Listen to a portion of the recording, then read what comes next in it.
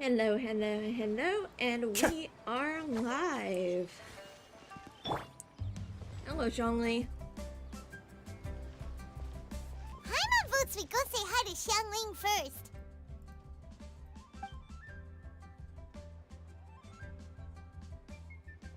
Huh?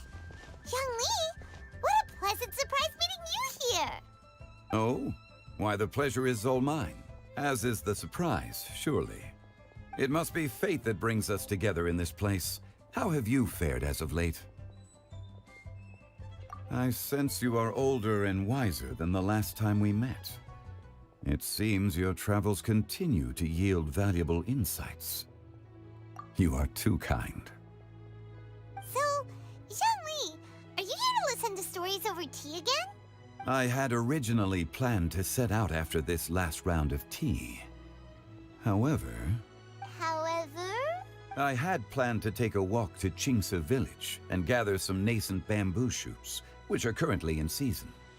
A villager there once gave me a small sample, and they possessed a most excellent flavor. Huh? Nascent bamboo shoots? Why can't you just use normal bamboo shoots instead? Wait, Paimon knows! Because Zhongli prefers the finer things in life, right? Okay, Mr. Particular, let me guess. Ahem. The nascent bamboo shoot has a uniquely tender texture and a delicate sweet taste that its normal cousin cannot match. An astute observation, Paimon. You know me well indeed.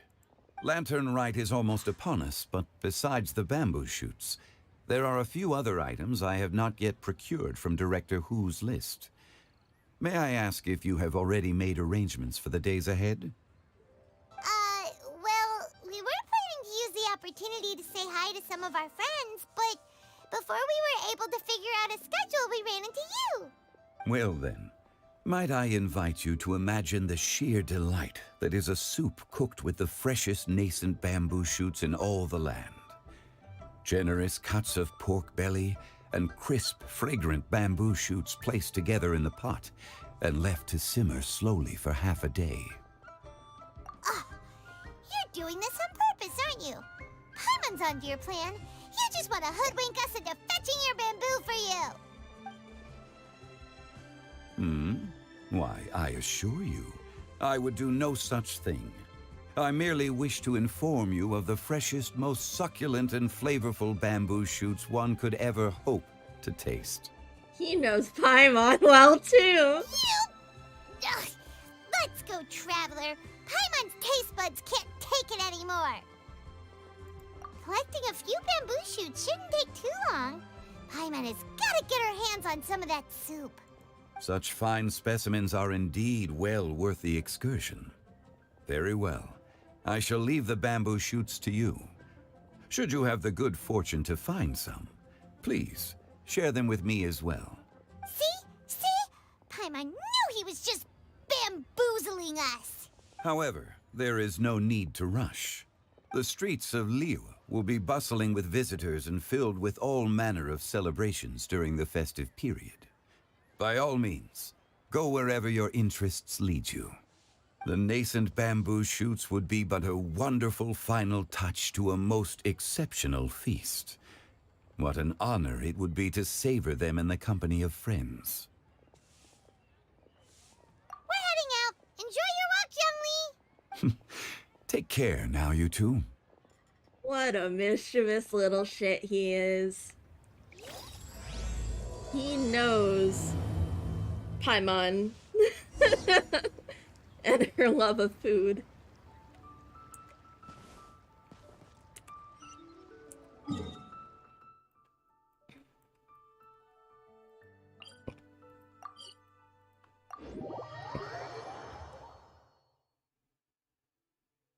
Bamboo shoot, bamboo shoot, nascent bamboo shoot. Oh, this one's only just sprouted, and it looks super fresh. Paimon thinks this is the one.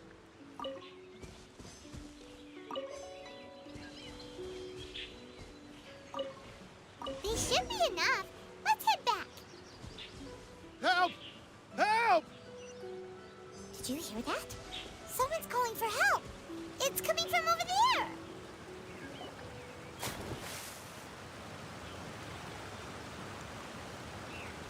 Are you okay? Did any water go down the wrong pipe? I think I'm okay now. Thank you so much. This man has some fanciful clothing. That was scary. Well, at least you're all right. All thanks to your savior here.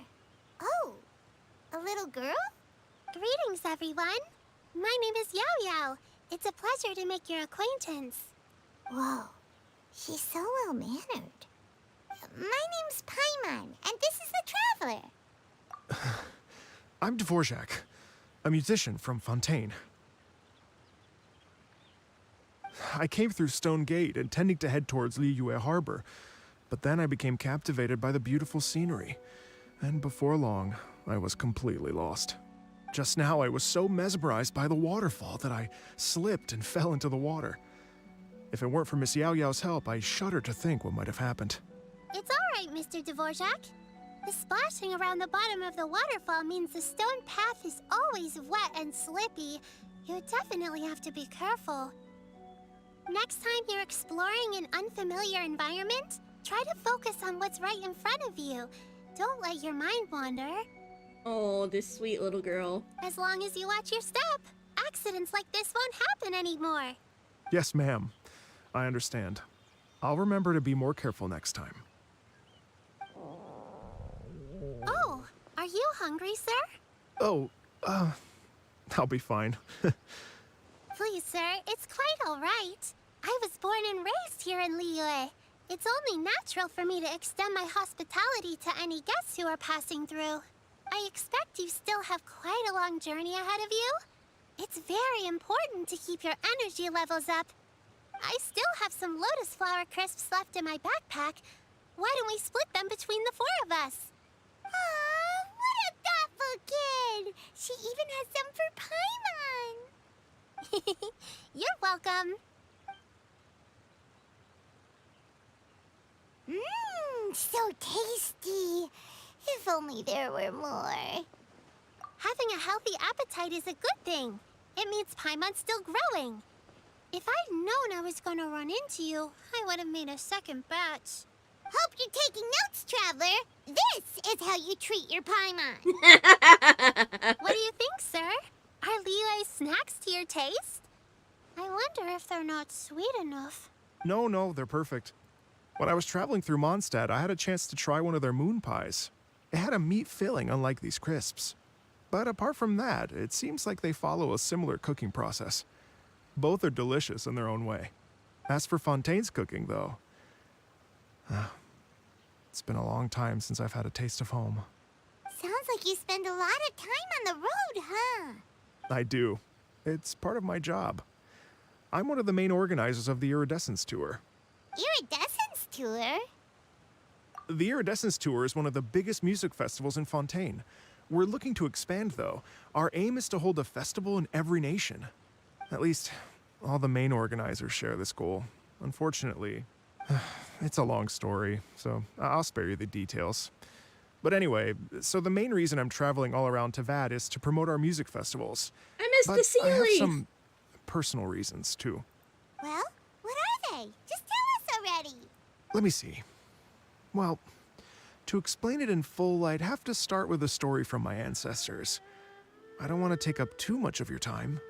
Oh, I love listening to stories. We want to hear it too. Okay, then I'll start from the beginning. The story goes that my ancestor, who was also a traveler, once slipped and fell into a lake during his travels. As he was sinking and gasping for breath, he heard a wondrous tune in the air.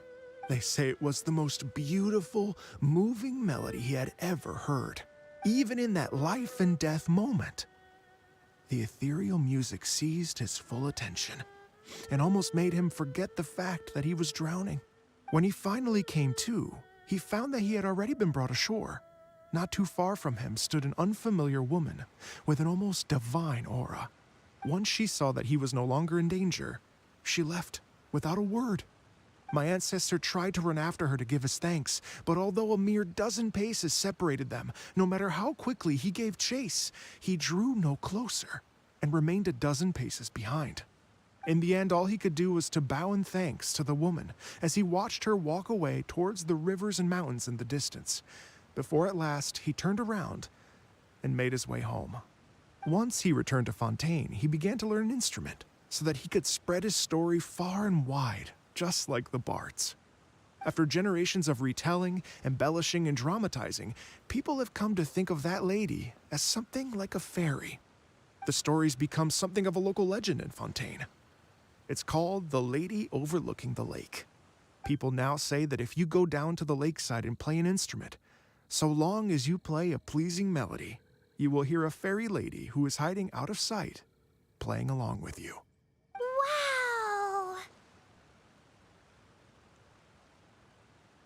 Well, yes. As it stands now, it's become a touch too romantic and detached from reality. But I understand the original story and its historical grounding better than anyone else. I wanted to find out the truth of this tale. So I decided to retrace my ancestors' steps and search for that lady's modern-day descendants. Of course, there's no way of knowing where my ancestor fell into the lake all those years ago. So I always knew that the search would be akin to looking for a needle in a haystack. I've spent many years on the road now, and I'm nowhere near as fit as I was in my youth. The wish that I've spent half my life chasing after has now become something of an obsession.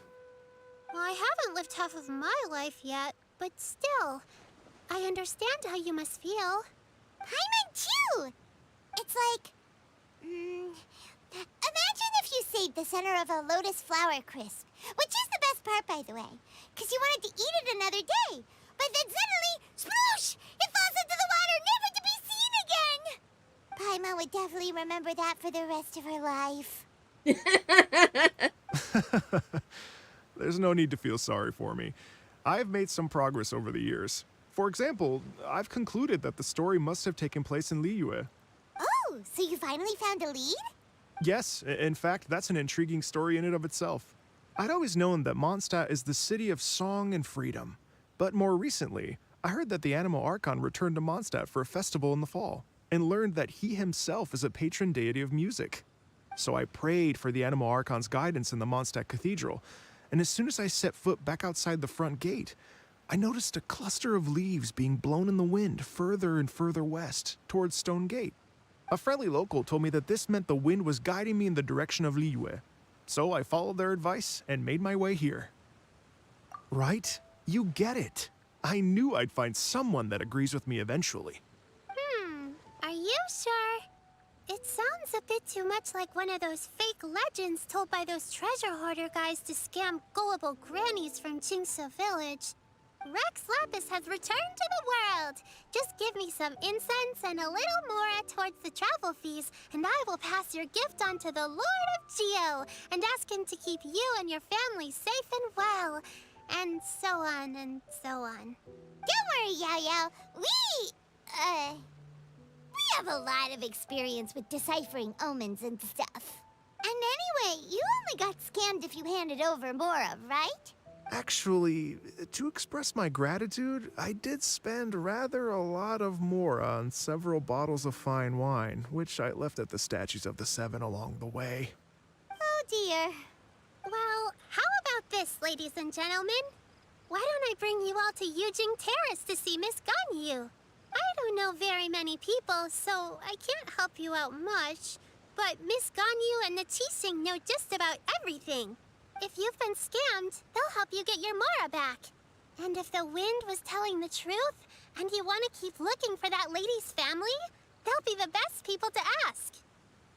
But you've already helped me so much. Well, I was going to take some new medicinal herbs and plants I picked to Miss Ganyu anyway, so it's no trouble at all. What a sweet You kid. know what? It's been a minute since we saw Ganyu too. It sure be nice to pay her a visit before Lantern Rite. All right. Well, my sincere thanks to you all. I will never forget your kindness. Okay, everyone. Please follow me. I'll be your guide. Remember to watch where you're going, okay? Uh-oh. Paimon's out of a job. Oh well. Paimon will just be a cheerleader instead. Alright, let me get this Sealy real quick. Can't believe I missed this little fella after all this. Solidify!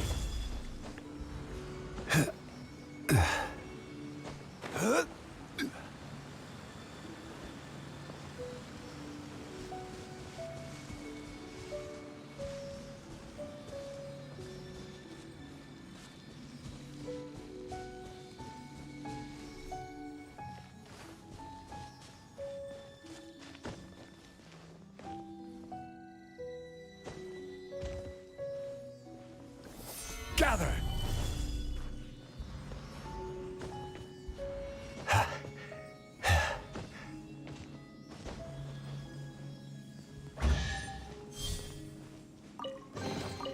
Certainly worth the extra mile. Alrighty. Doop de doop de doo.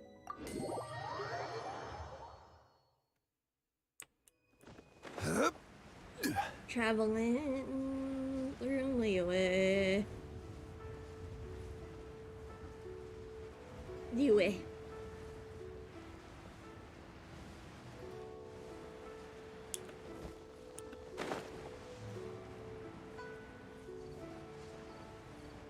Hello, Zhongli. Zhongli.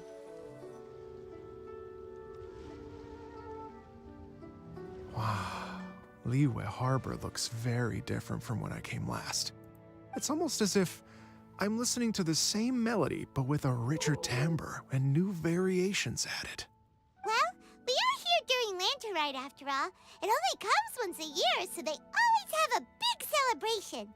It's fair to say that this time of year is when Liyue Harbor looks the prettiest. Great, let's go and check it out.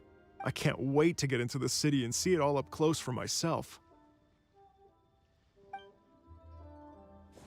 The streets are breathtaking. Smiles and laughter everywhere I look. It's contagious. I can almost feel the music in the air. I have the urge to start waving my conductor's baton. I'm glad that you're enjoying the city.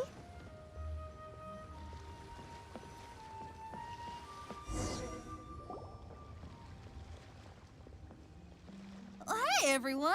Fancy meeting you all here. What a nice surprise. Hello, Xinyan. Let me introduce some new friends. They are... Traveler, Paimon, and Mr. Dvorak, right? I've known them all for quite a while. When I was last here to advertise a Liyue stop for the Iridescence Tour, Xinyan was one of the few people willing to give me the time of day. Well, feels like I've been chasing this Iridescence Tour bandwagon halfway around the world, but I keep getting stood up.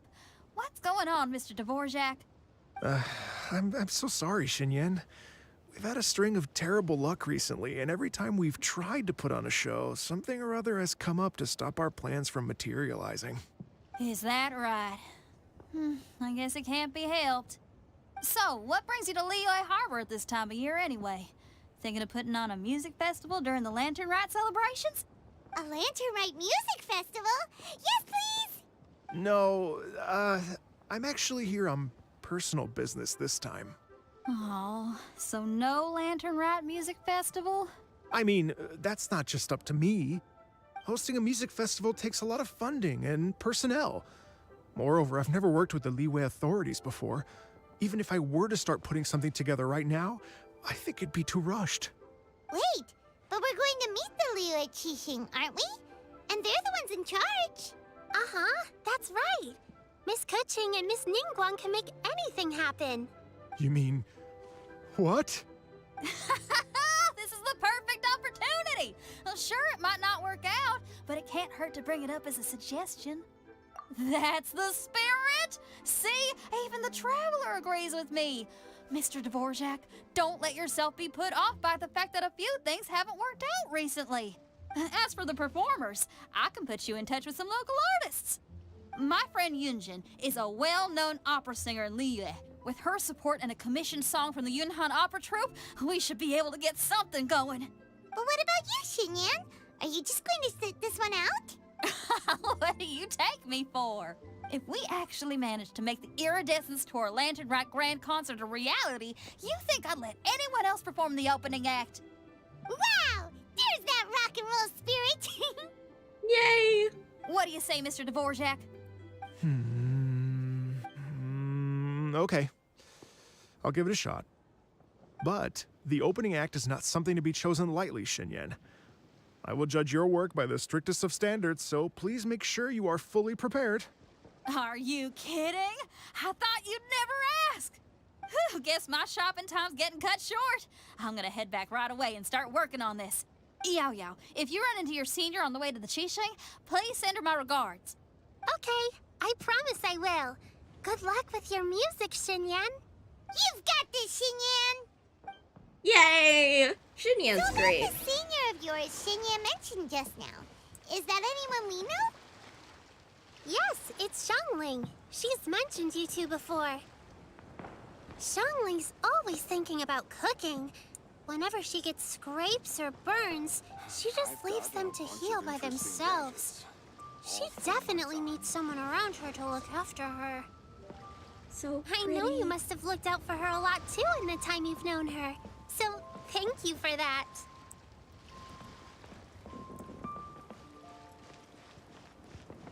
Oh my gosh.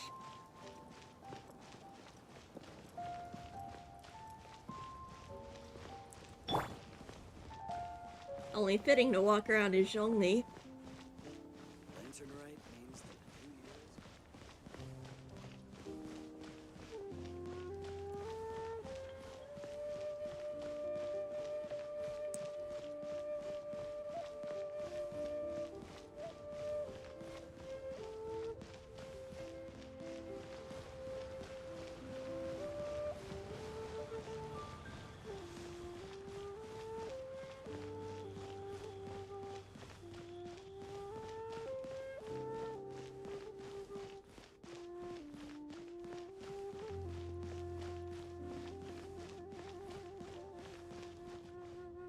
Madam Ping? Oh, it's Master! Is it okay if I go and say hi to her? Oh, calm down now, dear. I'm not about to run off anywhere. I'm not a bundle of energy like you. I haven't seen you in days, Master! Days? I've missed you. Aww. What a sweet little girl. Oh, bless you, Yao Yao. You do say the sweetest things. Ah, look who it is. Visiting friends during the Lantern Rite, are we? You're half right, Madam Ping. We were also trying to help out Mr. Dvorak over here. We were on our way to take him to see the Qixing. Hello, ma'am. I am a musician from Fontaine and an organizer of the Iridescence Tour.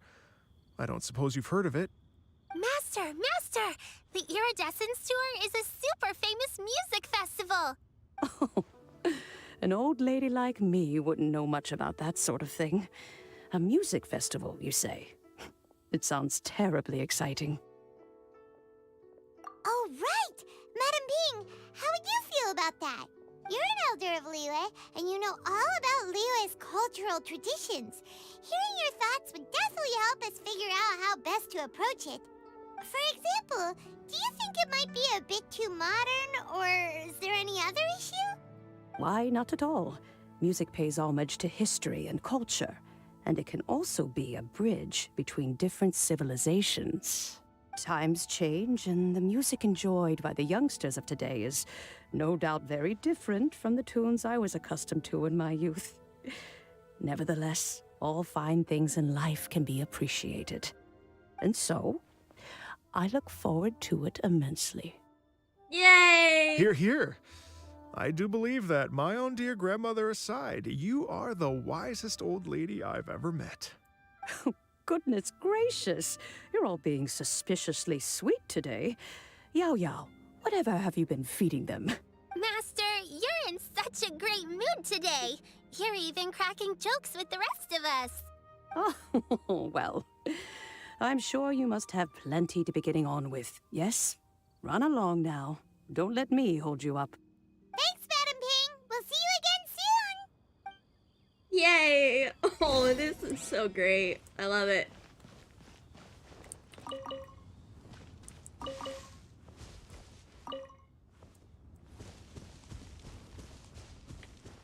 Wait.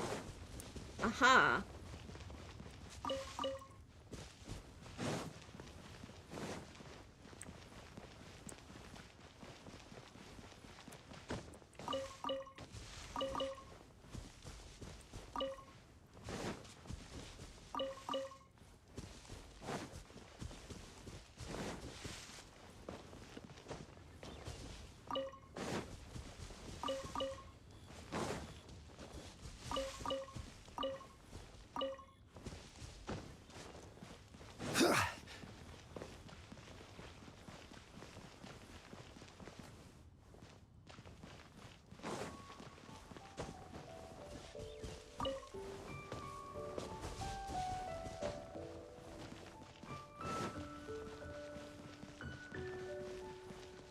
Oh, hey, Ganyu.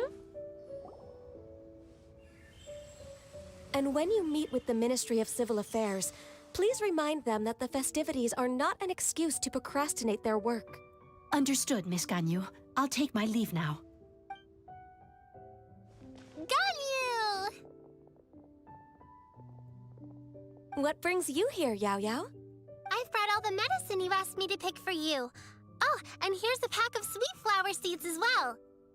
Also, these dried Genshin leaves make a great pot of tea that's very good for you. I know you've had a lot to deal with at work recently, but you shouldn't push yourself too hard. If you're not careful, you'll end up falling asleep in the grass again. Well, this is weird. It's like a responsible younger sister talking to their disorganized older sister.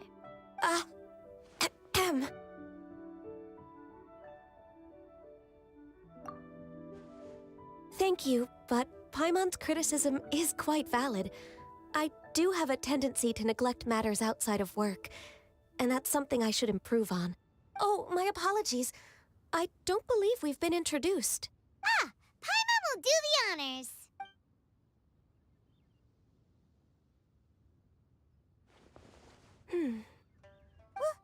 What's wrong? Did Paimon go over everything a bit too fast? It's definitely an ambitious plan. If there's anything you didn't quite catch, Paimon's more than happy to go over it again. It may be a little difficult to make this happen. Oh? Well, the Lantern Rite is the most important festival of the year. Our celebrations must not only be visually spectacular, but also appeal to the tastes of Liyue citizens from all walks of life. The Iridescence Tour is relatively unknown in Liyue. It's difficult to predict how a brand new show will be received. It would be quite risky for us to bet everything on this one music festival. All very valid points. I completely understand. Therefore, we will not replace or cancel any of our pre-existing program. However, I will submit a proposal requesting to put the Iridescence Tour special performance as the final act of this year's festivities. Some live music will certainly add to the festive atmosphere on the night of the Lantern Rite. As for the venue, let's reserve a space at the docks. Yes, my thoughts precisely. Now I just need to take some time to give this proposal some polish. As long as I clearly lay out the pros and cons, and highlight the key points of the proposal, given that Ping and the Traveler have both given the idea their blessing, I'm confident that Qixing will be sure to give it serious consideration. Mr. Dvorak, I will need to discuss with you the number of musicians who will be coming to Liyue, as well as their catering and accommodation requirements. Oh, yes, certainly. Let's step to the side and discuss further.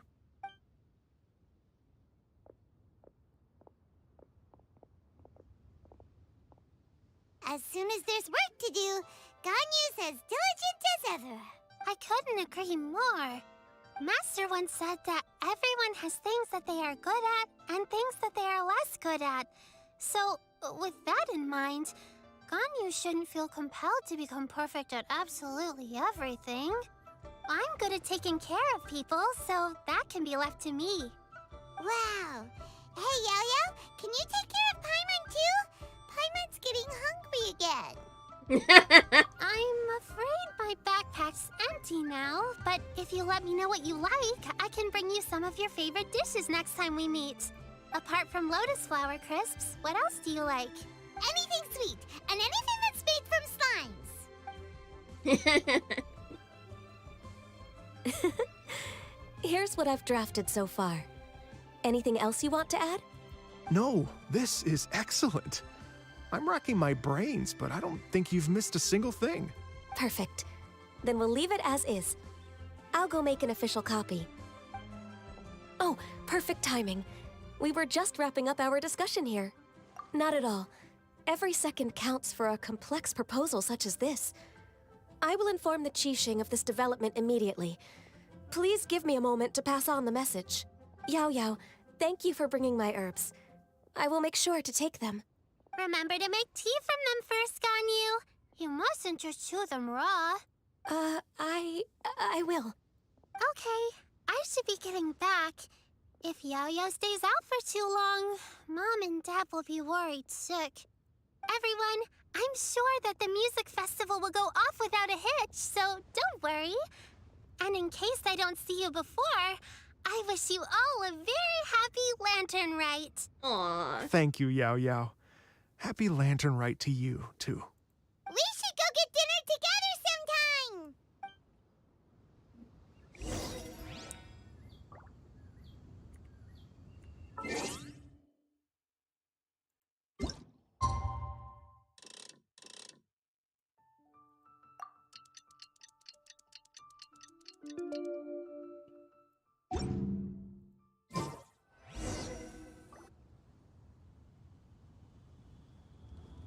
Greetings, Traveler, Paimon, and Mr. Dvorak.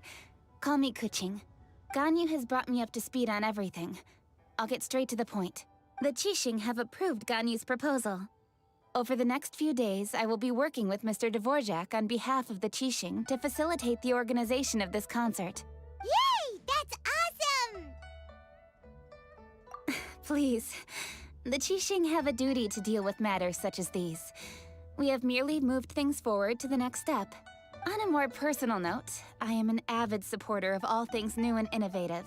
As such, it is my privilege to work with you on this exciting project. Thank you so much, Kuching. I'd become quite discouraged after our recent failures and was expecting the same outcome once again, so I didn't dare to get my hopes up. Never in my wildest dreams could I have imagined this going so smoothly. It's like a dream come true. Right. Time for me to call in the performers. To stage a concert at a high-profile event like this is a rare opportunity. We'll make sure it's a night to remember. Yes! Our music band's finally getting fired up! Yes, indeed. I know exactly what I'm doing from here. For a musician, music will always be the language they are most fluent in. Oh, that. Well, that can wait for another time. Oh. Ganyu? What's wrong? They told me all about Mr. Dvorak's situation, but I was so engrossed in drafting the proposal that I forgot all about it. Oh, that's quite all right. I don't even know what the person I'm trying to find looks like, so it was always going to be a long shot. Don't worry about me, Ganyu. Your time and energy are needed elsewhere. I'm sure you already have plenty to deal with between this concert and everything else going on during the Lantern Rite. Thanks.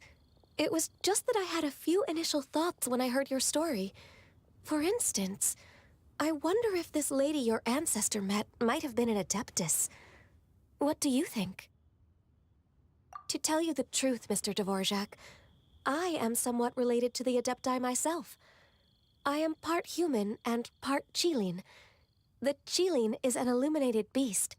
I know how important your quest to get in touch with your roots must be to you, because I've been there myself before, trying to find out where I belonged. Did you say the Adepti? And you're illuminated beast? Part Qilin? Are you telling me all the rumors of the Liyue Adepti are real? So it's not just artistic license? You bet they're real! Trying to track them down is tough, though. Like Julian Karst itself. There's nothing specifically stopping you from going there, but getting in and out of there is quite an ordeal. Yes. Anyway, if you're looking to uncover a lost melody or shine light on a forgotten aspect of Liyue's cultural history, I'm probably not the best person to ask. But if it's a person you're looking for, then I just might be able to help. I see. I think I understand the situation now. In that case, Ganyu, shall we divide the work between us? Yes, that was also my thought.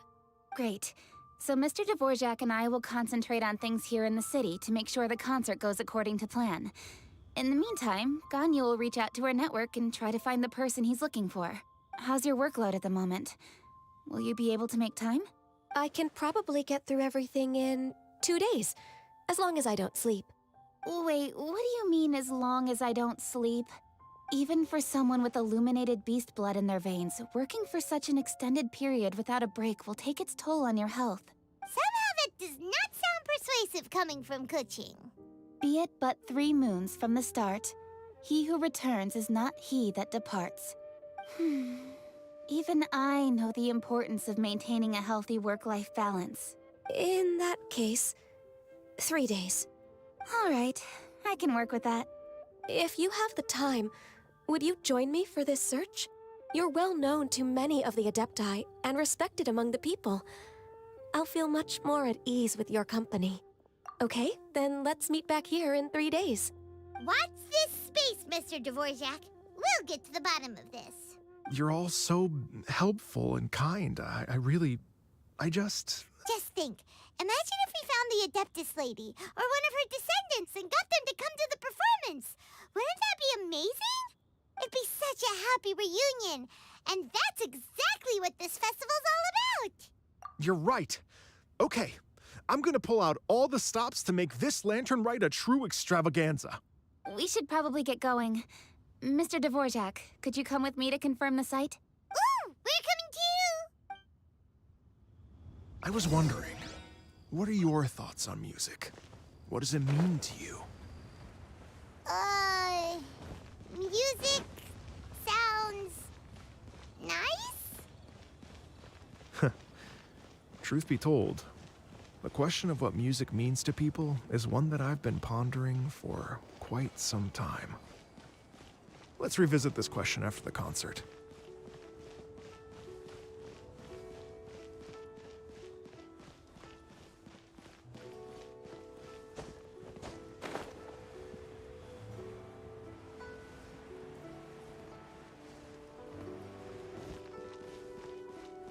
Whee!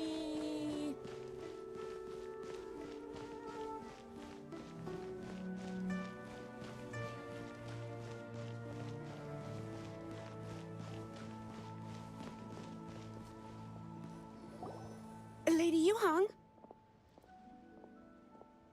Baiwen, what is it?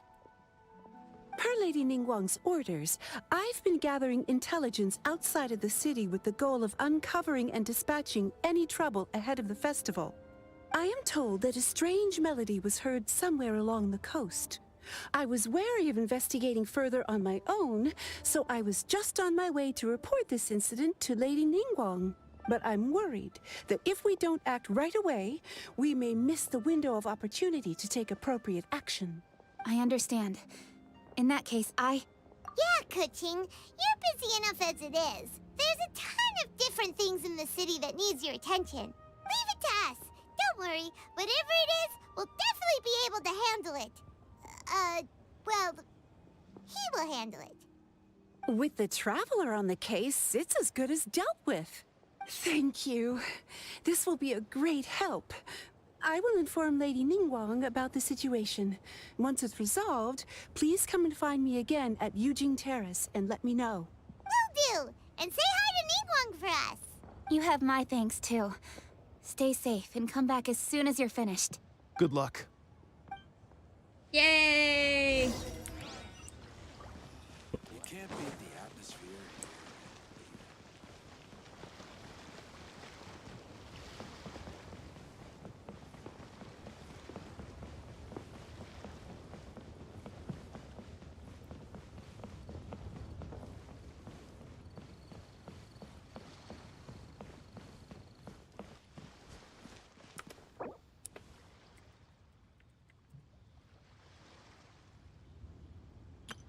Welcome to Liyue Harbor.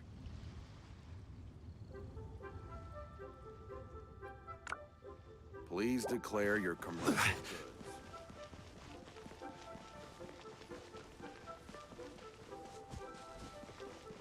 Yeah.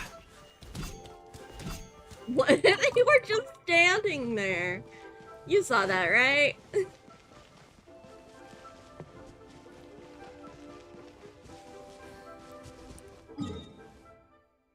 Oh.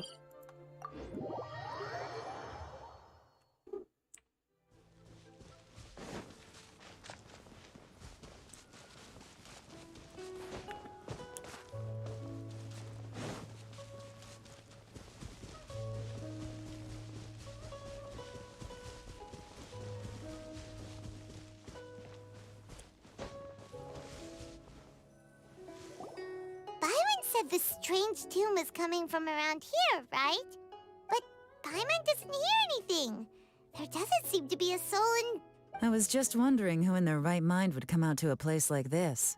So, it's you two. Hi, Youngon. Yeon! How'd you sneak up on us like that? You nearly gave Paimon a heart attack! You look pretty alive to me. Can't have spooked you that bad. Fair enough. Ah, you're here for that too? Saves me a bit of explaining. Come with me. I've already reconned the perimeter, so we should be safe.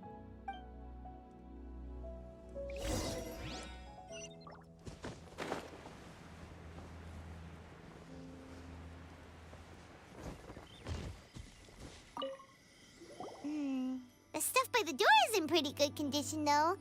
It can't have been too long ago that someone was last living here.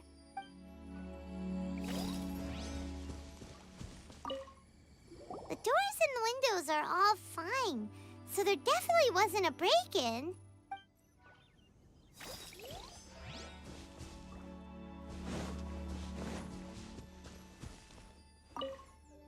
This place is completely empty.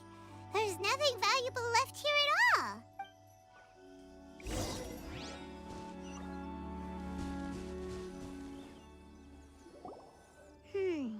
How strange.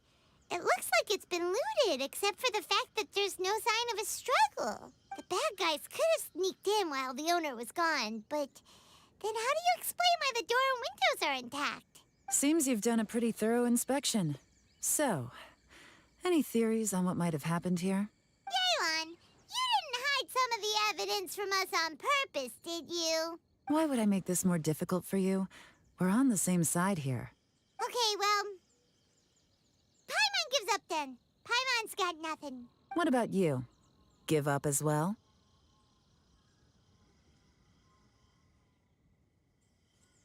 Your instincts are pretty good.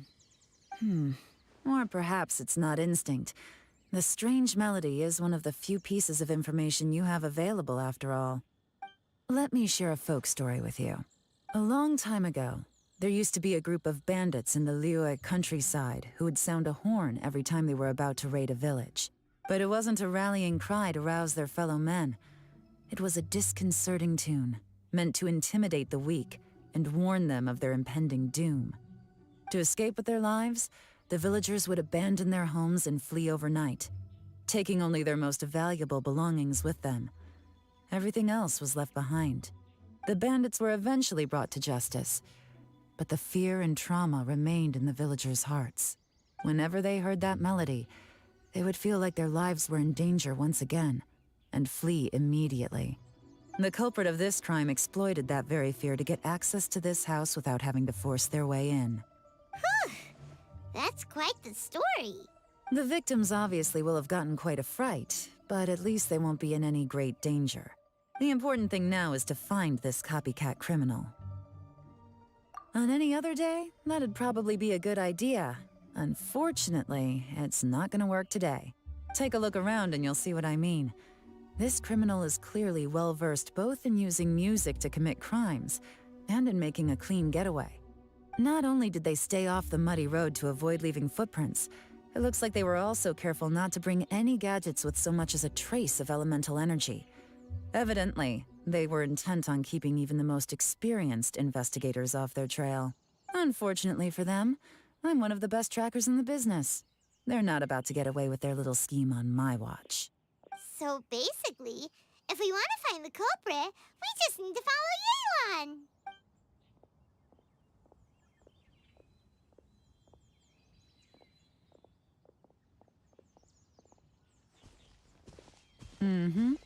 As long as you can keep up. Since the culprit's trying to be cautious and low risk, I'll bet they left through an area with some vegetation for cover, but not so much that it would slow them down.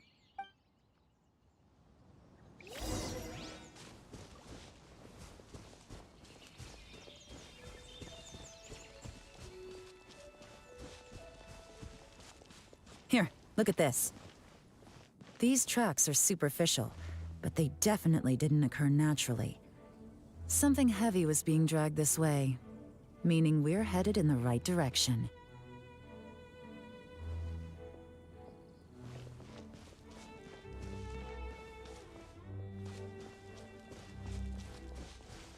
Huh.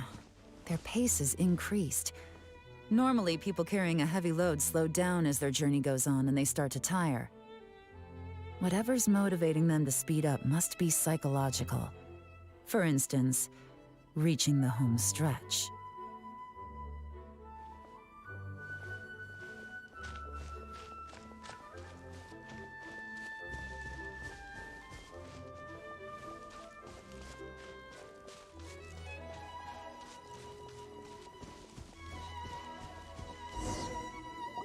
There they are! Look! A treasure hoarder tent! Ugh, not the treasure hoarders again! And so close to Lantern Rite, too! 'Tis not the season for their antics! Come on, let's round them up. Hold on a minute. There it is. Solidify! Ta-da! One man's stone is another man's gem.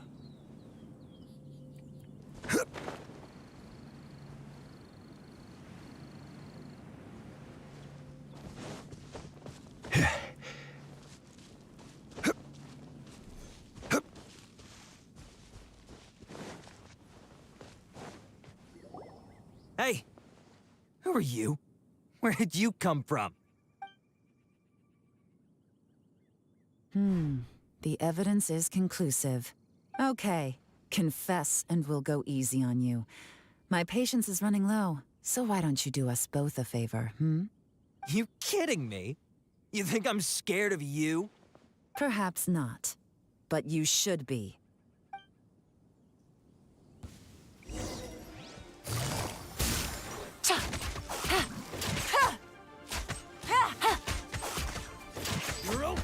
Really? Busted. Curses.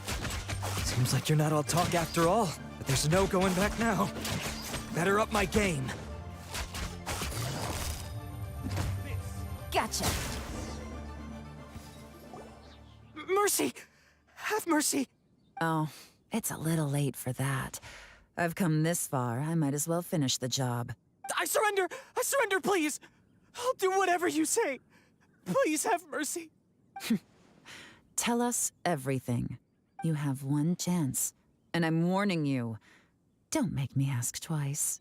I won't, I swear. So Lantern Rite's nearly here, and like a lot of people, I wanted to buy a few nice things. I know I'm with the treasure hoarders and everything, but I don't really have any kind of experience with robbing people and whatnot. So I don't have the guts to break into somebody's house. Wow, you're really going to complain to us about that? No, not at all. I'm just telling it how it is. Okay. Continue. I racked my brains trying to think of what I could do, and eventually, I remembered something from back when I was a kid. The bandits would blow their horn, and my grandma would grab us kids and run. I remember the tune, so I figured I'd try it for myself. I mean, just to see what would happen. At first, anyway, I seriously didn't expect that family to pack up and leave. But they did, and they just left all their stuff right there for the taking. It was too easy, I couldn't resist. It was completely wrong of me, I know that now. I'll return everything that I took. It's all still in perfect condition, and it'll be like it was never gone. Please, give me a chance, huh? Let me make it right. Give you a chance, huh? Sounds to me like you'd rather strike some kind of a deal than spend Lantern Rite behind bars. Yes? Yes? You know how to bargain, I'll give you that. It's just a pity that you didn't confess at the first opportunity. You'll have to take a walk with me. Once we've returned the goods, we'll find the owner of the house, and you can apologize to them in person. After that, I'll escort you to the Ministry of Civil Affairs. Yes, ma'am! You know, as a former victim of this kind of crime yourself, I doubt anyone understands the fear you inflicted quite as well as you do. Does your greed matter more to you than your fear? More to the point, if you can play a tune from memory, don't you think you should be capable of making an honest living? You mean... That's enough hints for you. You'll have plenty of time to reflect on all of this yourself. There's not much left to wrap up, so I'll take it from here. Guess this is where I'll say goodbye. What is it? Is there something else? I'm still not sure how you first got your hands on this information, so play it safe when you get back. Don't mention to anyone that you ran into me out here. You helped a lot with the investigation and arrest anyway, so it's perfectly fair for you to get all the credit. Just take it. It works better for me, too. See you when I see you, and happy Lantern Rite. Yeon's such a pro at this. With her taking it from here, it's as good as resolved. Whoosh! Random event, a strange melody, complete! Although, it's kind of a shame that we never got that treasure hoarder guy to play the melody again. 'Cause Paimon's curious, that's why. It's like when you have a tune stuck in your head, but you don't even know what it is. It's driving Paimon crazy. When we were chatting with Mr. Dvorak, music seemed like such a positive thing. And most music is, right? It can help us relax, feel all warm and fuzzy, recall happy memories, or even just think happy thoughts. Paimon never imagined that music could be used to commit crimes. Oh, really? Huh. Makes sense. Paimon's musical understanding improves again. Well, anyway, now that everything's resolved, let's get back to Liyue Harbor. Byron's still waiting for us with our random event rewards.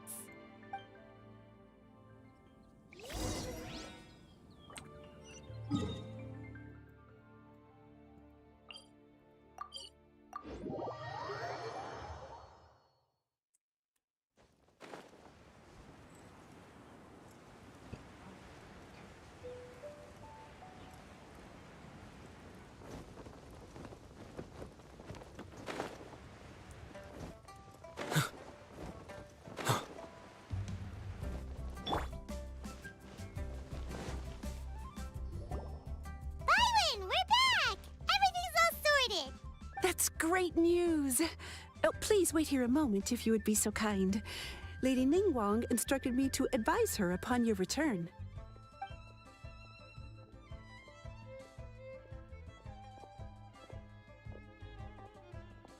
My greetings to both of you. Long time no see. No need to be so formal with us, Ningguang. We've known each other for a long time now. You must be super busy with all the preparations for Lantern Rite. Don't mind us. On the contrary, I think it is those that I have known longest to whom I should extend the greatest courtesies. Alas, on a different day, I would invite both of you inside for some tea and a brief respite from your travels. But you're quite right. Trivial matters aside, there's no escaping the fact that we have a grand concert to organize. Once the performance itself is over, we'll then need to invite the representatives of the Iridescence Tour for a discussion on future collaboration opportunities. The financing arrangements alone could well entail many rounds of discussion. Simply put, there will always be work to do. Whoa, you're already thinking that far ahead? Yep, she's Ningguang. Well, we can discuss more current affairs if you'd prefer. I trust you saw this year's Mingxiao lantern at the docks when you arrived at the city? Yeah, it looked like a goose. Which Adeptus is it modeled on this time? Sea Gazer. I believe you're familiar with the name. Legend holds that he was free-spirited and easygoing.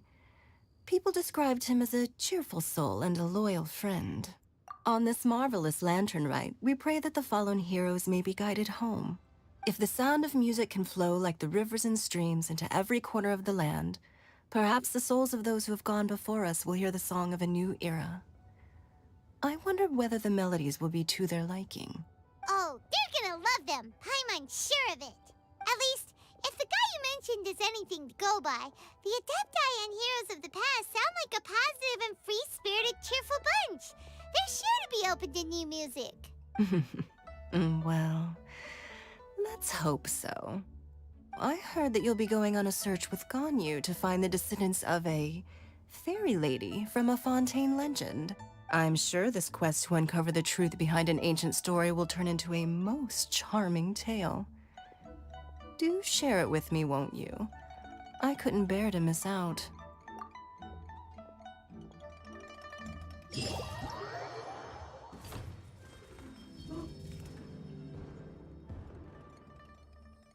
Oh?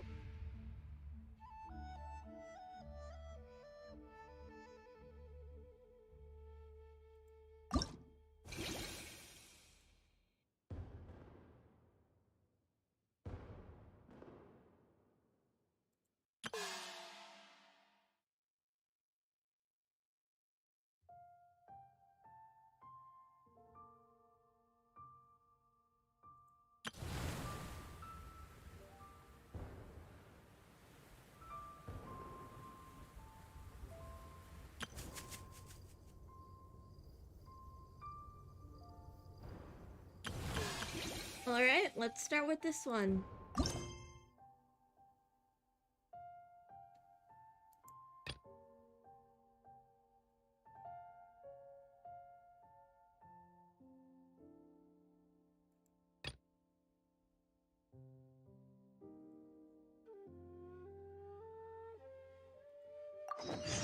Every journey has its final day. Don't rush.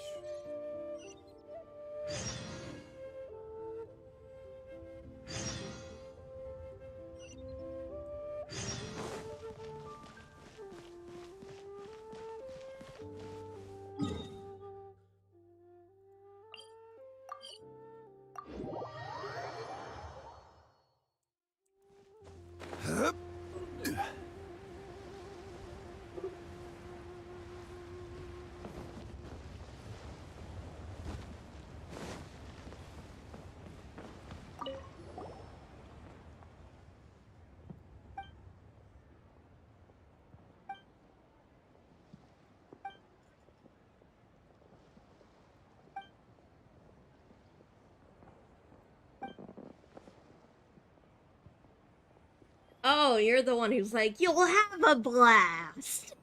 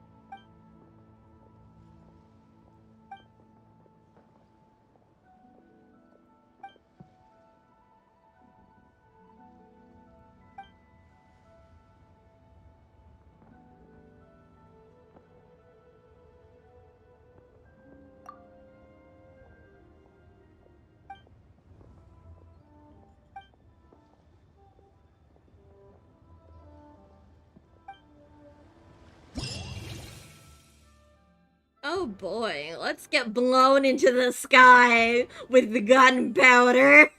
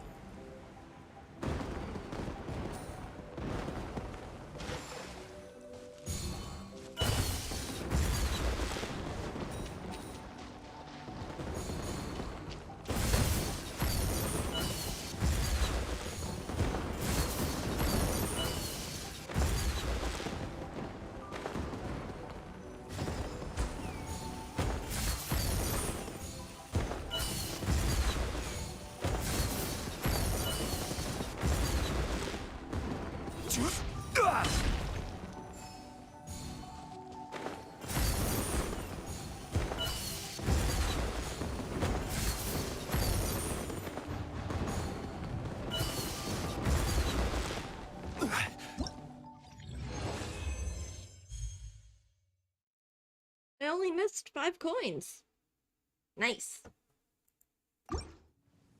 That was fun. Very explosive.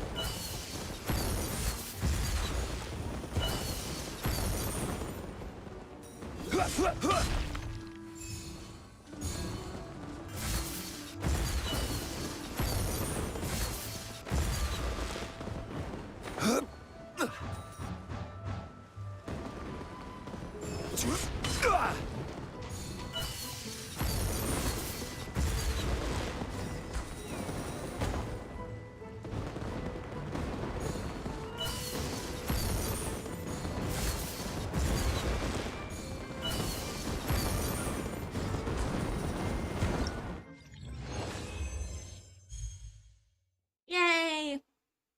All coins. Got.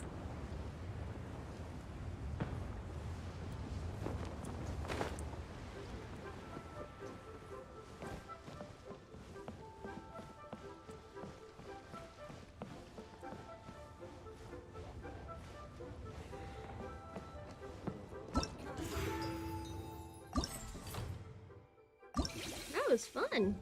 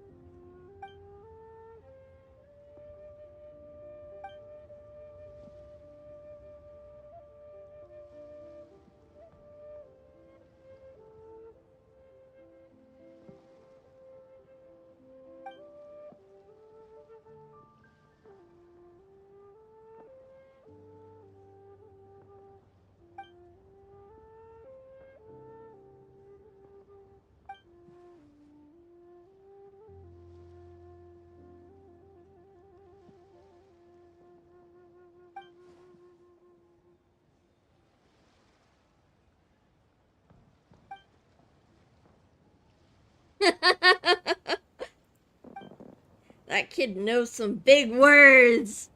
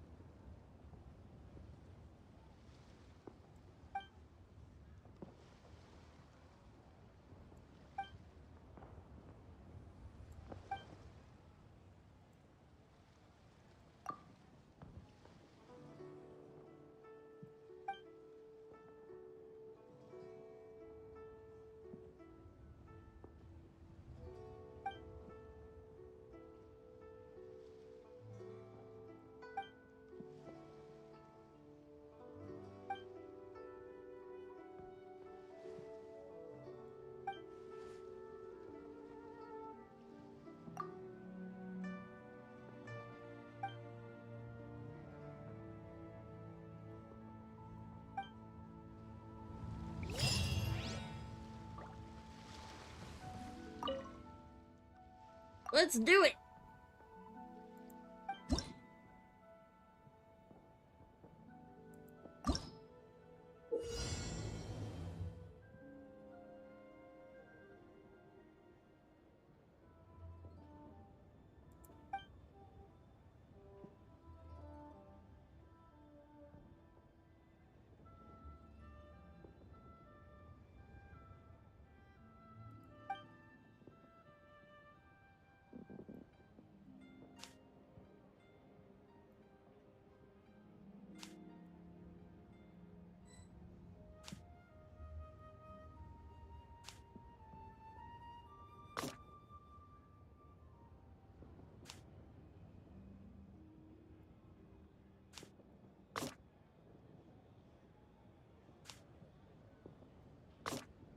There we go.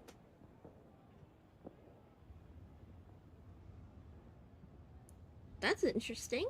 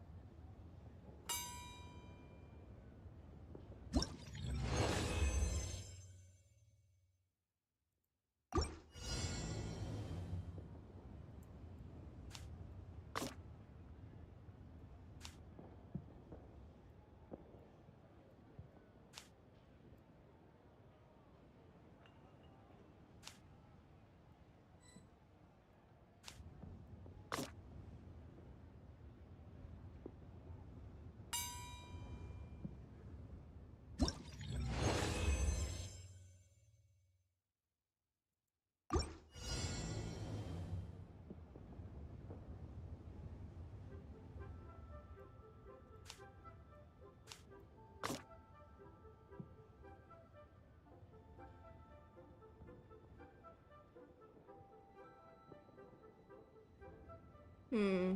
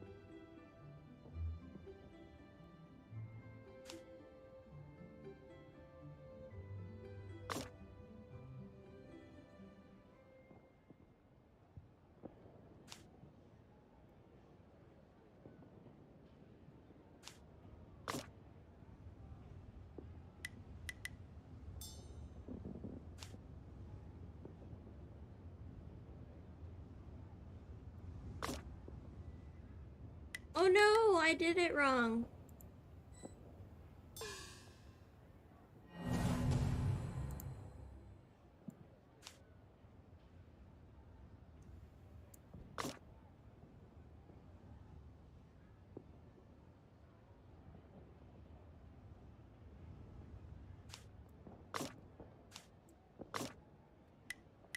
There we go.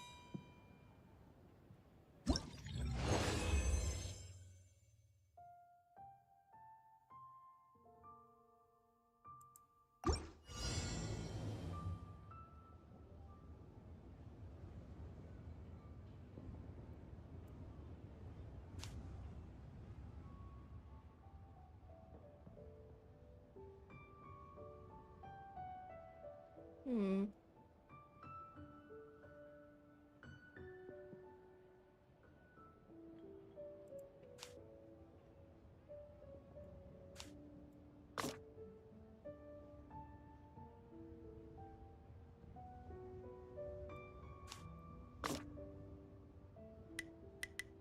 Oh no!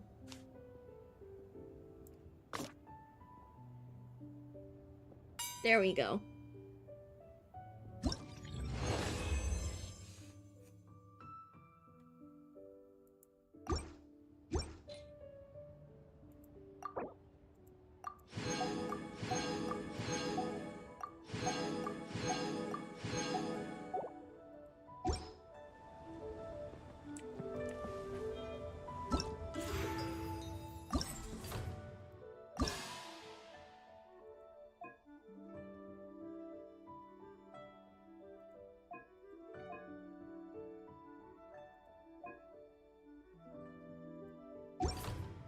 All right.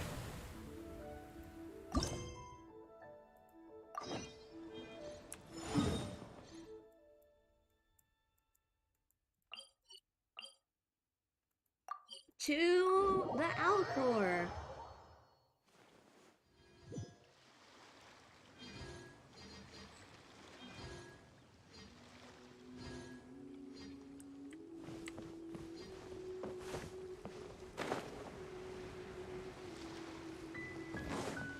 Ooh, we got some new stuff for Lantern Rite.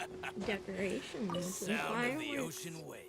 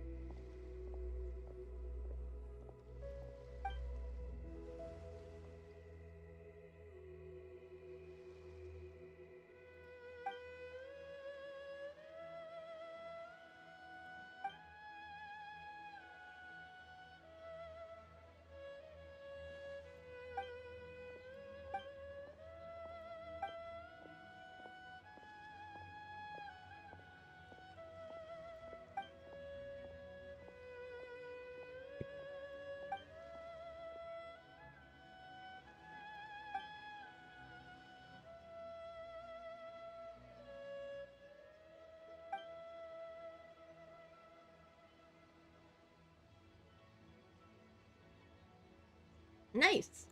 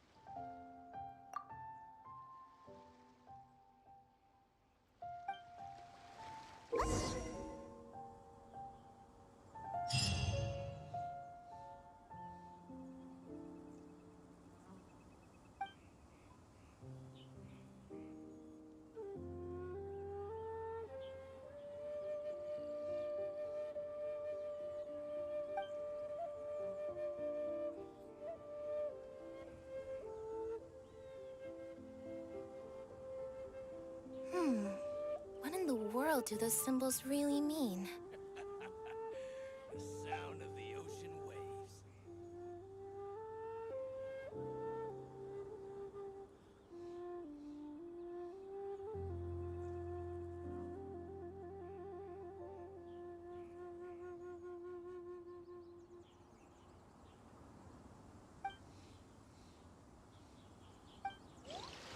Alright, let's give it a try.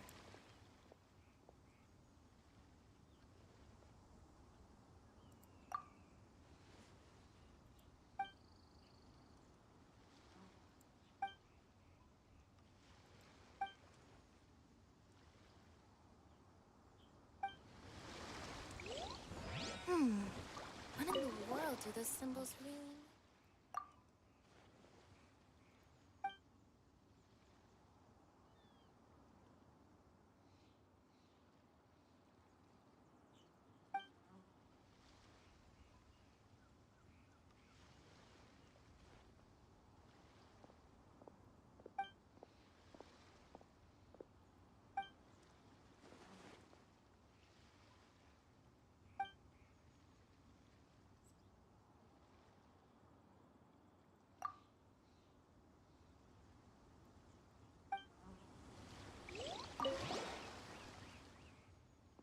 Alright, let's go.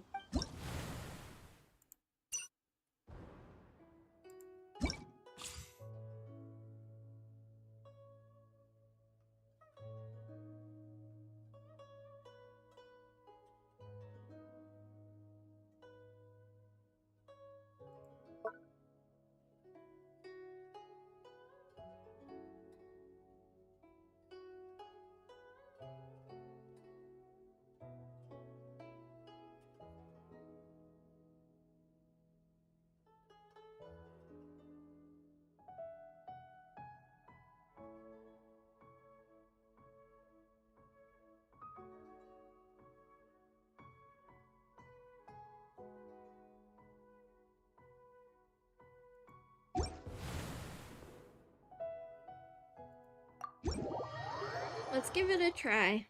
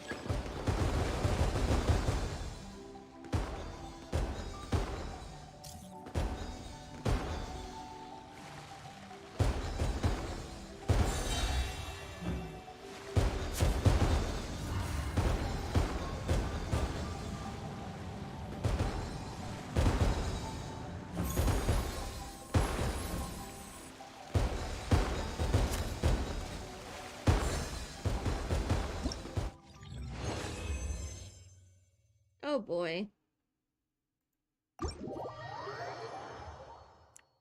Yeah, I'm not very good with the Wave Rider.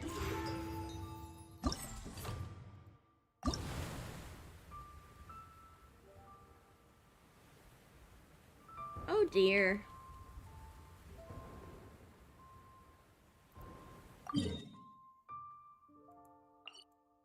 Yeah, I'll need to do this in multiplayer.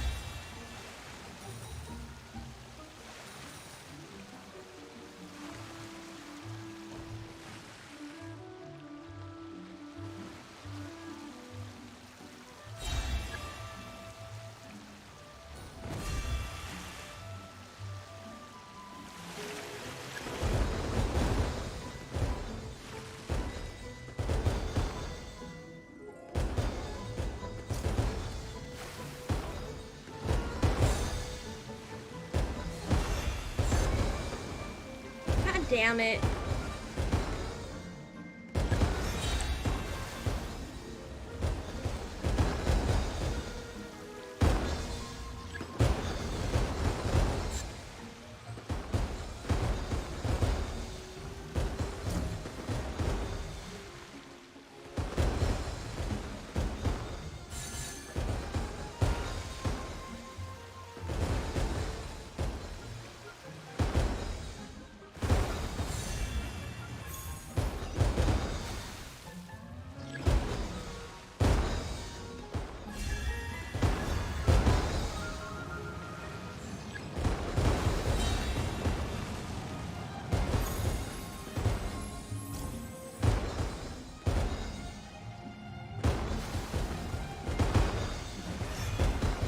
Ah, shoot.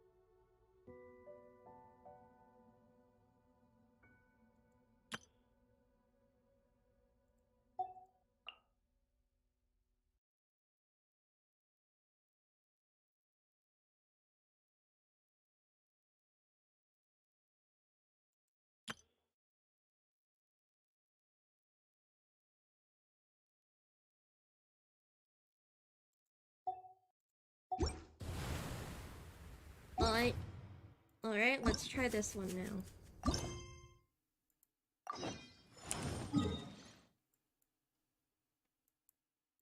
Oh, whoa?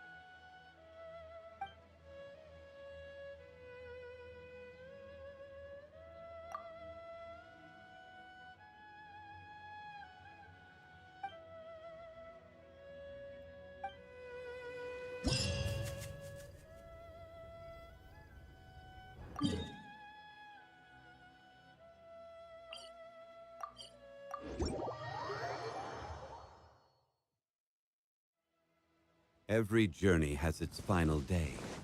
Don't rush.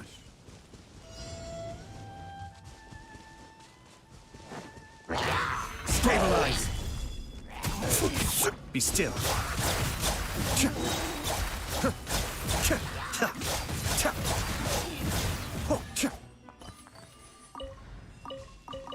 That was easy.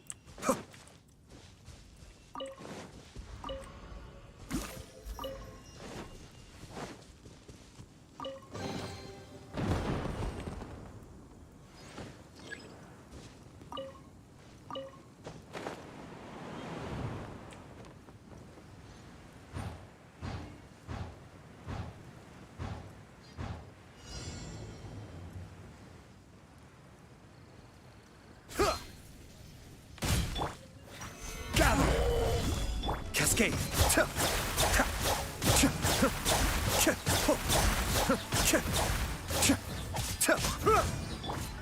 Behold!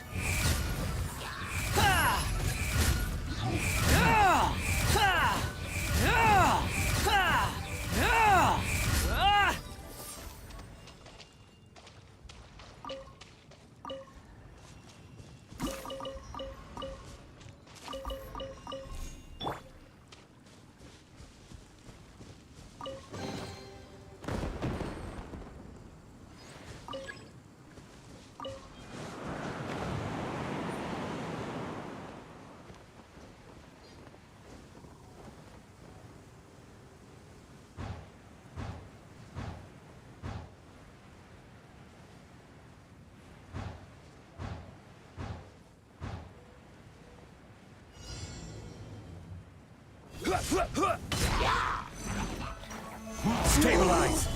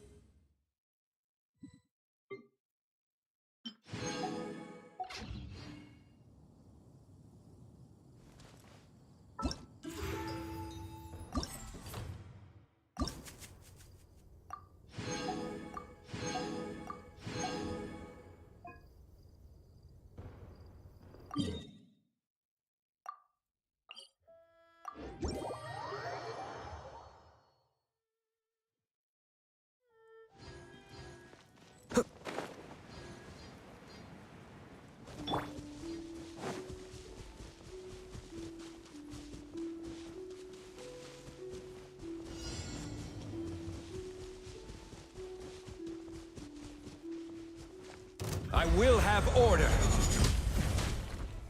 Solidify. Be still.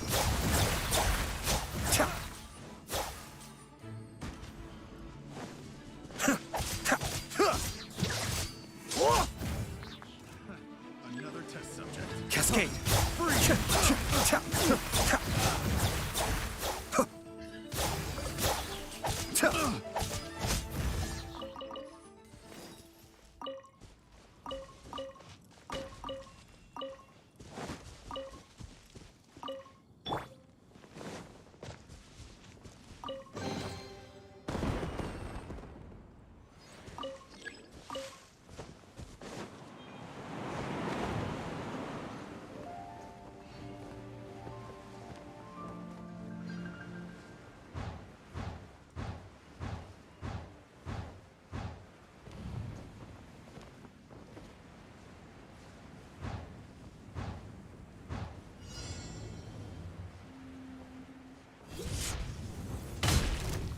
Stabilize!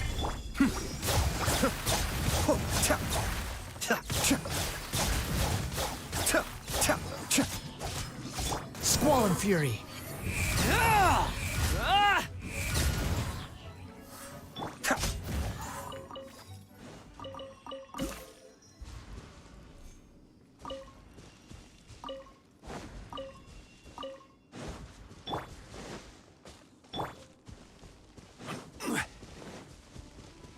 there's some rocks somewhere that I spotted. On the way here. There we go. Oh! They're gone. That is so weird.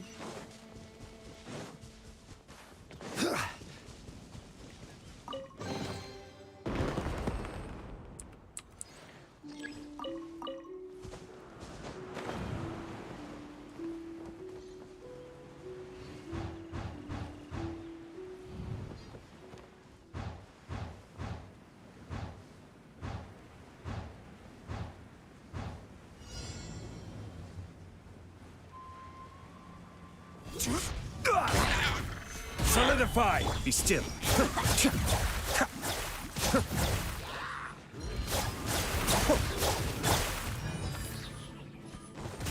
This is order.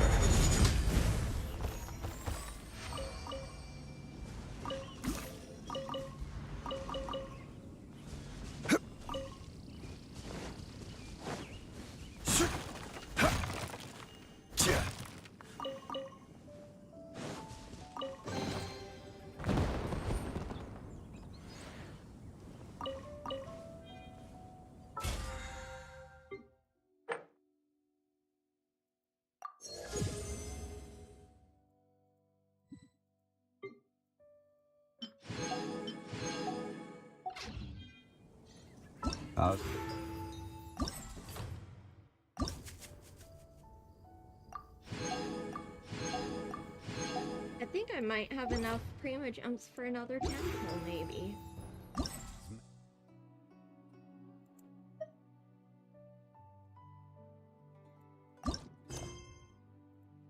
This wine tastes the same as a...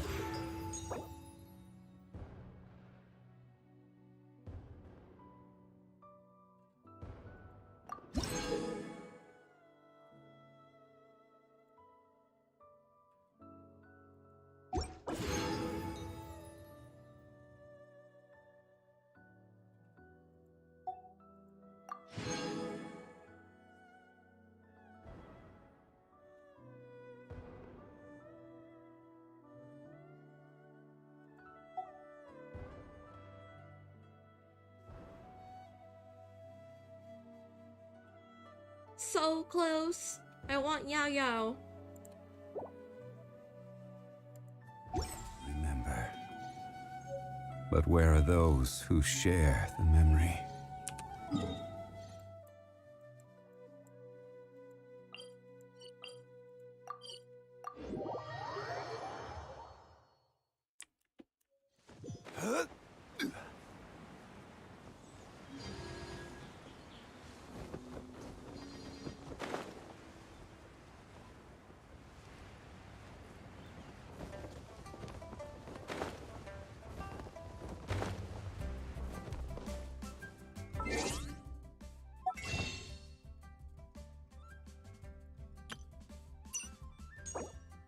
Nope. Not quite.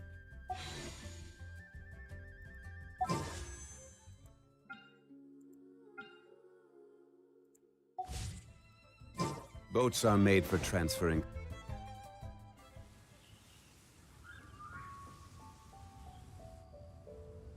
Oh, poor Ganyu.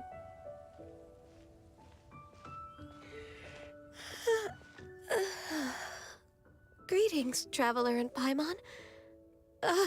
What time is it? Are you okay, Ganyu? You were nodding off there.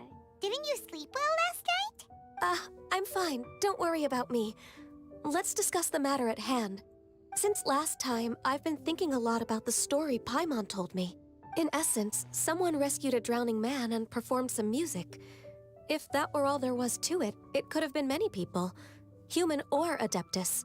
But the tune was allegedly so wonderful that the drowning man forgot about everything else, even his own impending death, and only came to his senses after being brought to shore. Perhaps there was an adeptal power at work in that music that he, as a mortal, could not perceive. Or perhaps he sensed a power surrounding him but lacked the words to describe it, not knowing where it came from. Either way, if this part of the story is true, then the rescuer has to have been an Adeptus. You really think so? But this story is all the way from Fontaine. Isn't this a bit of a long shot? Also, Paimon's really curious about how people from Fontaine think this fairy lady looked. Ooh, like a crystal fly's wings? That would be pretty cool. But Paimon definitely can't imagine any of the Adepti looking like that.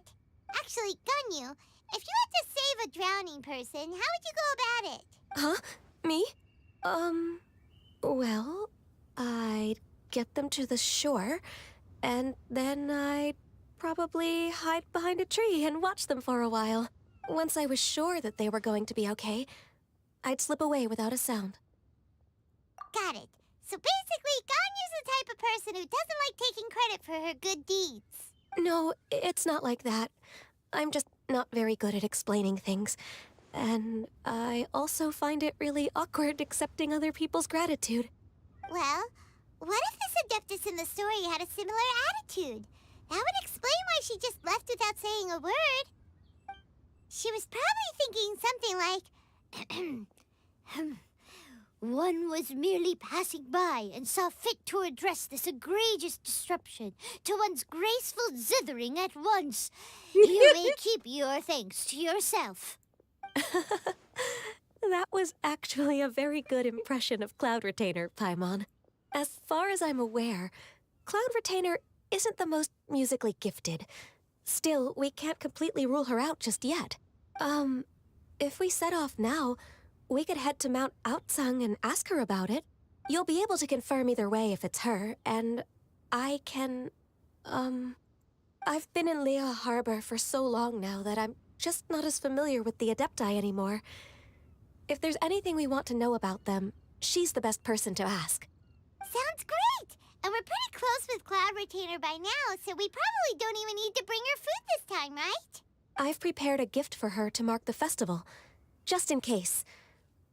However, Cloud Retainer spends most of her days studying mechanisms in her abode. She's on her own so much of the time that the moment she has someone to chat with, she just... Never mind. I promised I'd help Mr. Dvorak, and now that I've made the contract, I can't be having second thoughts. Traveler, Paimon, let's set off for Cloud Retainer's abode. Seems like this is a tough decision for Ganyu, but she's made up her mind now. Paimon gets why she'd be so anxious. Okay, how about this? If Cloud Retainer tries to start telling stories about her again this year, we should pipe up and change the topic. Wait, did she leave already? Hey, Ganyu, wait up!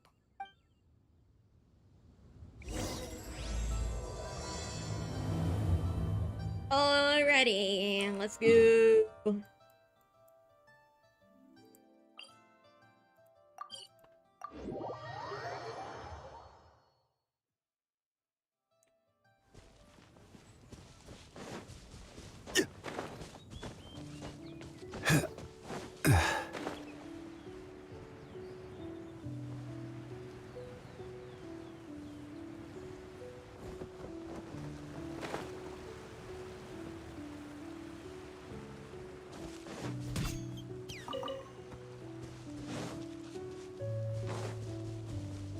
I hate how they're so cute and they make such cute noises when they die.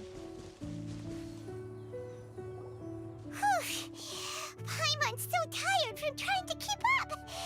Don't either of you need to take any breaks? Oh, poor Paimon. I can't believe it. Cloud Retainer is not here. Huh?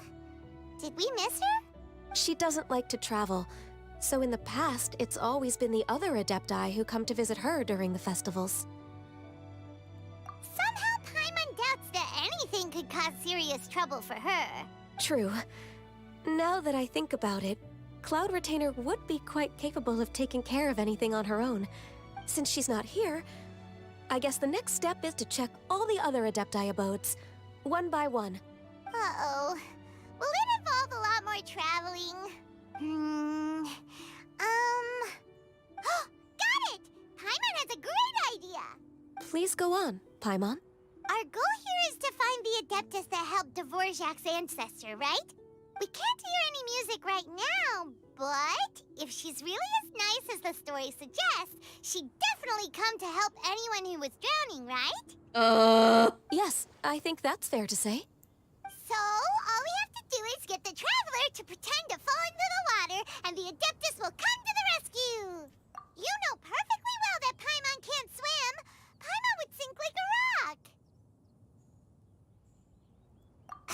Just trust Paimon! The water's pretty deep over there. Quick, swim to the very center!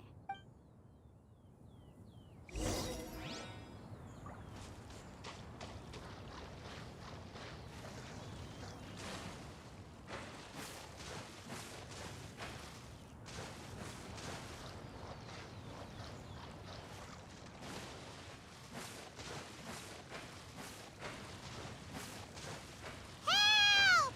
Help! Someone's drowning! If only there was a kind-hearted Adeptus here to save us! Oh no! Whatever will a Paimon do? What is going on? Oh. How do you feel Shenhe. right now? Shenhe, and the Conqueror of Demons. Why don't you say something? Please don't make Paimon explain it. Okay, fine. Paimon will explain. We're looking for an Adeptus who's good at being a lifeguard and playing music. But if the Adepti aren't gonna stay home, then how are we supposed to find them? It wasn't me. Yeah, so this Adeptus is most likely a woman. And I am not an Adeptus, as you both already know, Traveler and Paimon.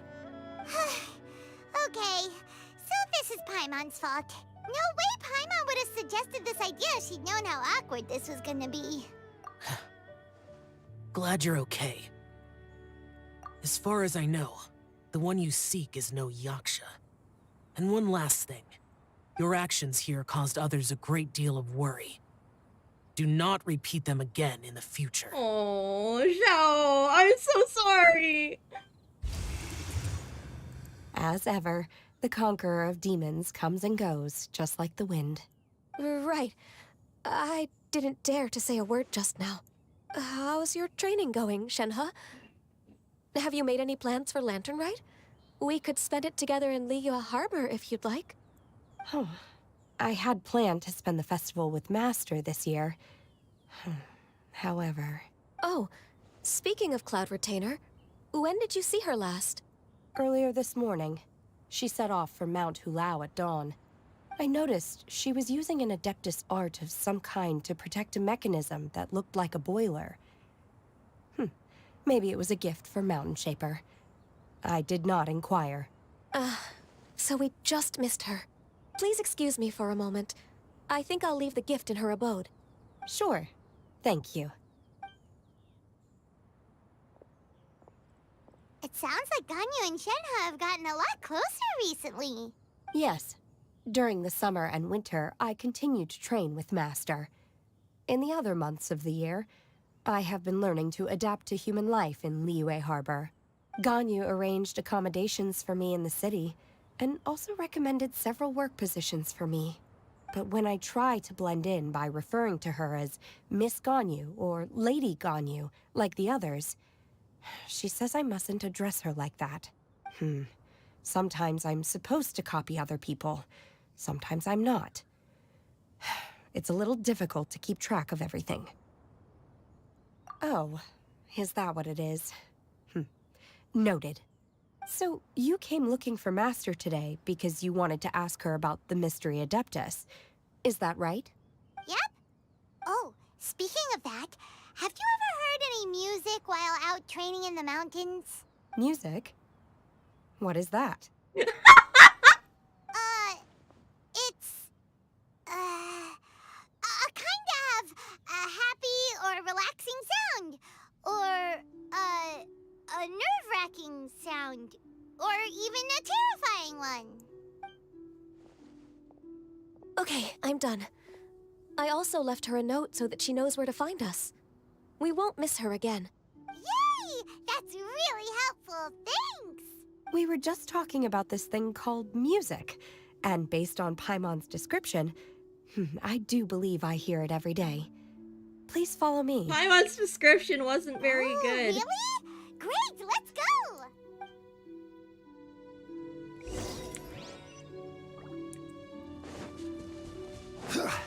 I don't think we're gonna find anything.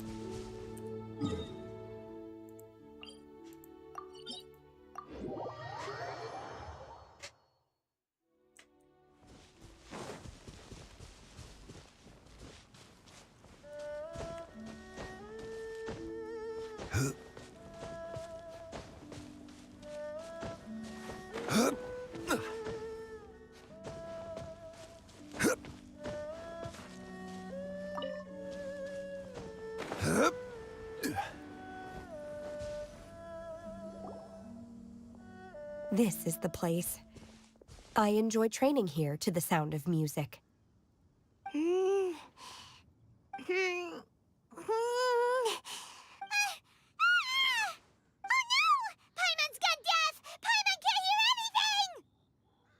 The faint sound of birdsong, the quiet murmur of the streams.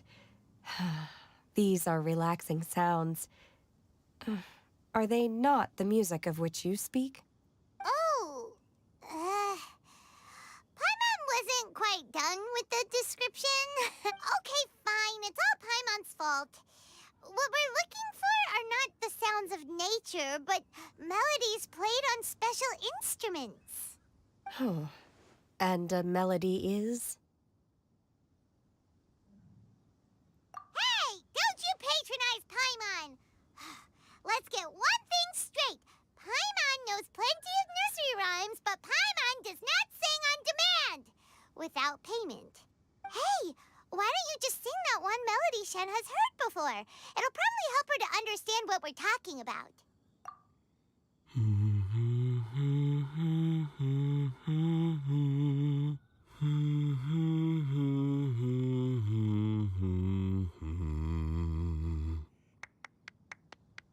Oh, was that from the opera that Yunjin sang? That was a melody, and melodies can be called music. It felt like I was transported back to the past. In my mind's eye, I could see the Zhao lanterns lighting up the night sky again. We're all there, raising our glasses and drinking to our heart's content on the Jade Chamber. As I watched Yunjin's performance, I felt a warm sensation in my heart. And as the drink reached my stomach, it went from warm to hot. When you hummed that melody just now, feelings from a whole year ago came right back to me, as strong as they were on that day. So that's the power of music. Wow, Shenhe. That was so deep! Music definitely has the power to bring up memories. It's like a time capsule with all the special moments from our lives squished inside. What about you, Ganyu? Are there any melodies that have left a deep impression on you? I don't remember if my parents ever sang any lullabies to me. I know some local folk songs. And a few other things come to mind, too. The songs of the sailors down at the docks. The little ditties that the vendors call out in front of their beloved shops. The tunes of folk artists performing on the streets. Yes, that's right. In the past, whenever I heard the sound of those tunes, I always felt that they were worlds apart from me. Nenny and Liyue probably view me as a non-human. And they are right, in the sense that I never could connect with humans' artistic expression and their sentiments. So I haven't been able to integrate into their community and be a part of their lives. At least, that's the view I held in the past. Only more recently did I start to realize that the only barriers are ones that I have erected with my imagination. The way those melodies make me feel isn't all that different from other people after all. They're about mundane details of everyday existence. Life's ups and downs, joys and sorrows.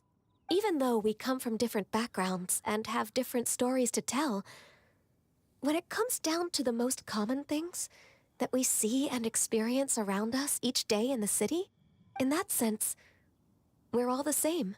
You go, Ganyu!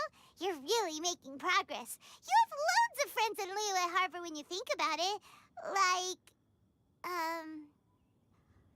okay, maybe some are more like coworkers and bosses. But at the very least, Kuching and Shenna are your friends now, right?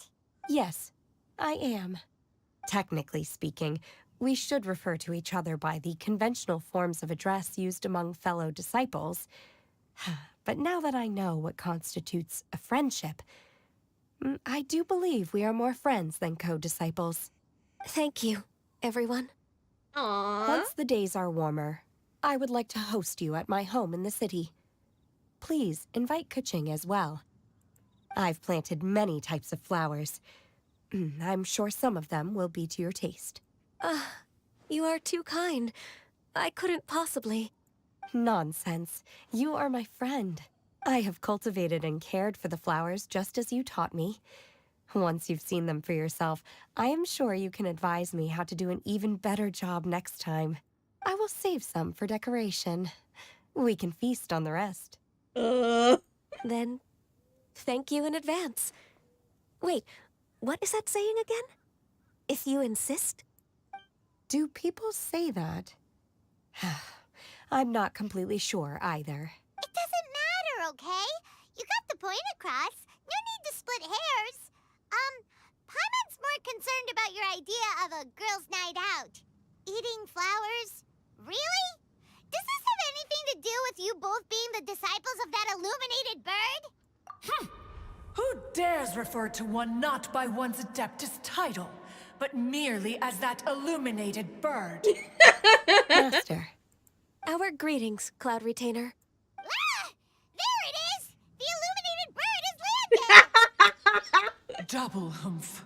Now she has the gall to use it rather than she, even after being chastised once already? Barely a moment has passed since we last met, and yet your impertinence has reached new heights. Very well. If you refuse to learn your lesson, one shall scold you no further.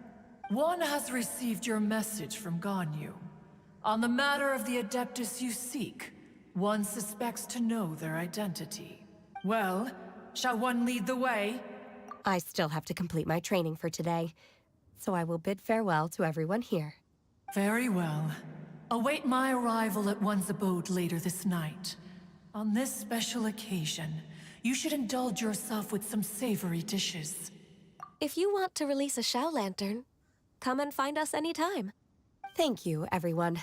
Happy Lantern Rite to you too.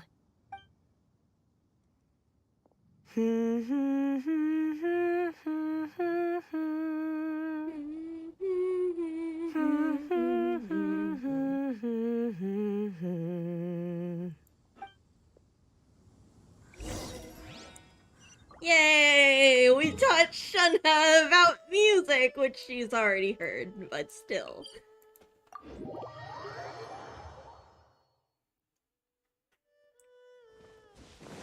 I think music means something different to everyone. But above all, it is a storytelling medium. Is this Guili Plains? Cloud Retainer, why did you bring us here? Ganyu is of course familiar with the name Guizhong, but have you ever heard of her?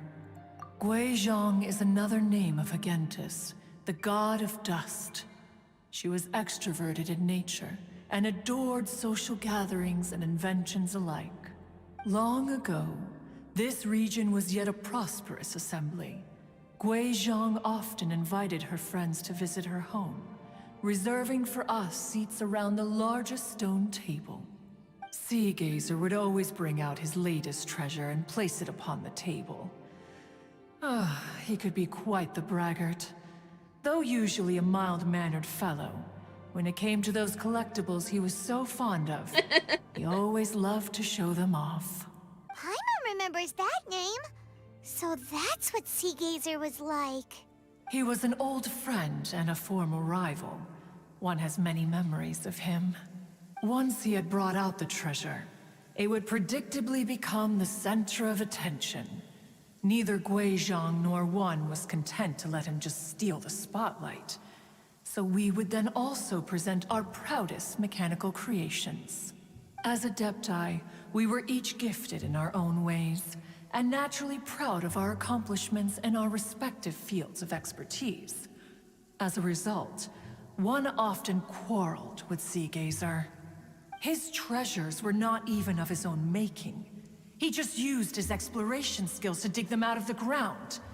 How, pray tell, could he compare to me, when every single one of one's accomplishments were crafted by one's own hand?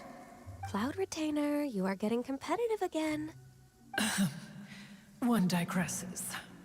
Regardless, every time an argument occurred, Guizhong would come over to watch us during our mutual lambastics. On some occasions, she would join in, and on others, she'd take one of us by the limb and start uttering the most ridiculous nonsense. What kind of nonsense?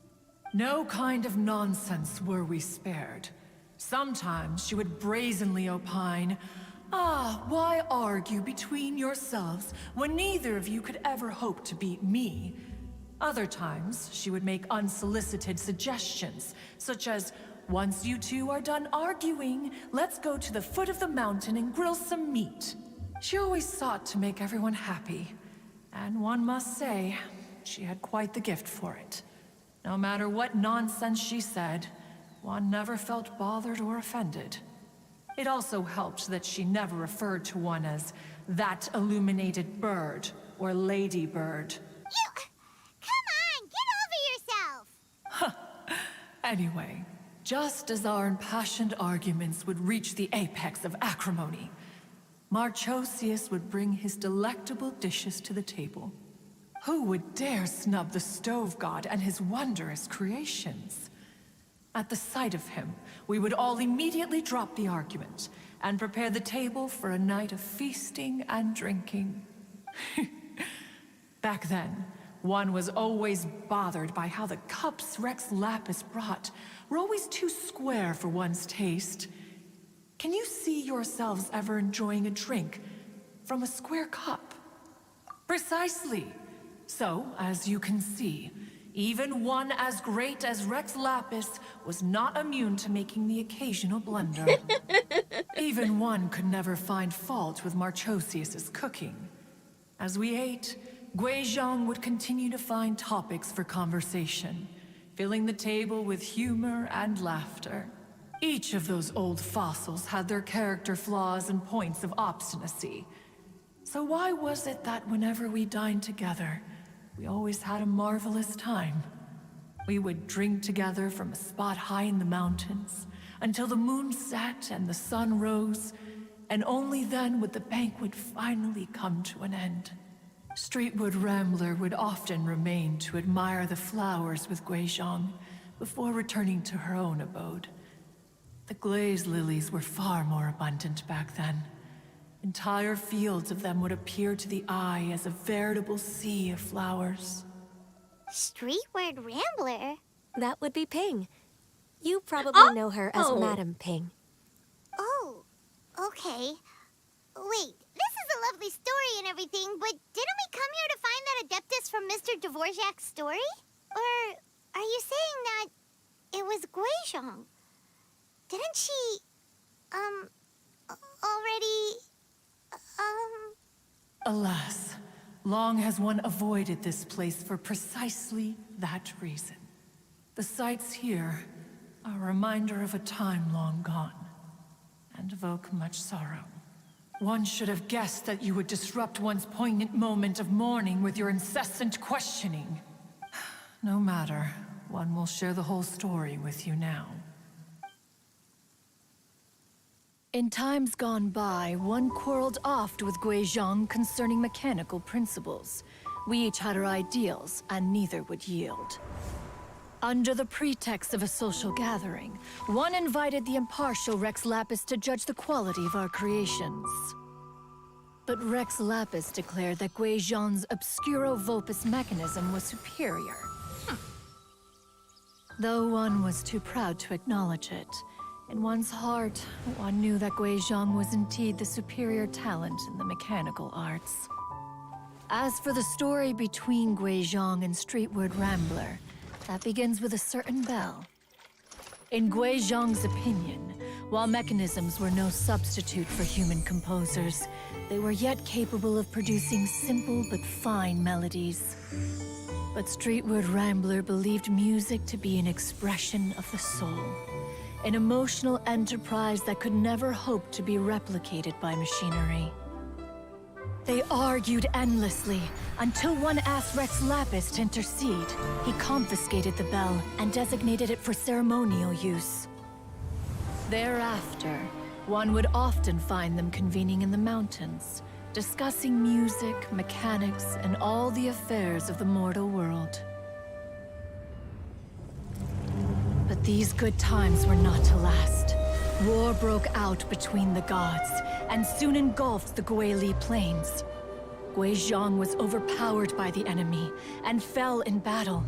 When Streetwood Rambler and I arrived at the scene at long last, all that remained among the ruins was her lifeless body. After this, at Streetwood Rambler's request, Rex Lapis granted her the cleansing bell for safekeeping. To honor our friend's memory, one made a few finishing touches to her ballistic device. Many Lantern Rites have passed since then. Many greetings and goodbyes. Upon what do you gaze? The Guili Plains? No. It's everything.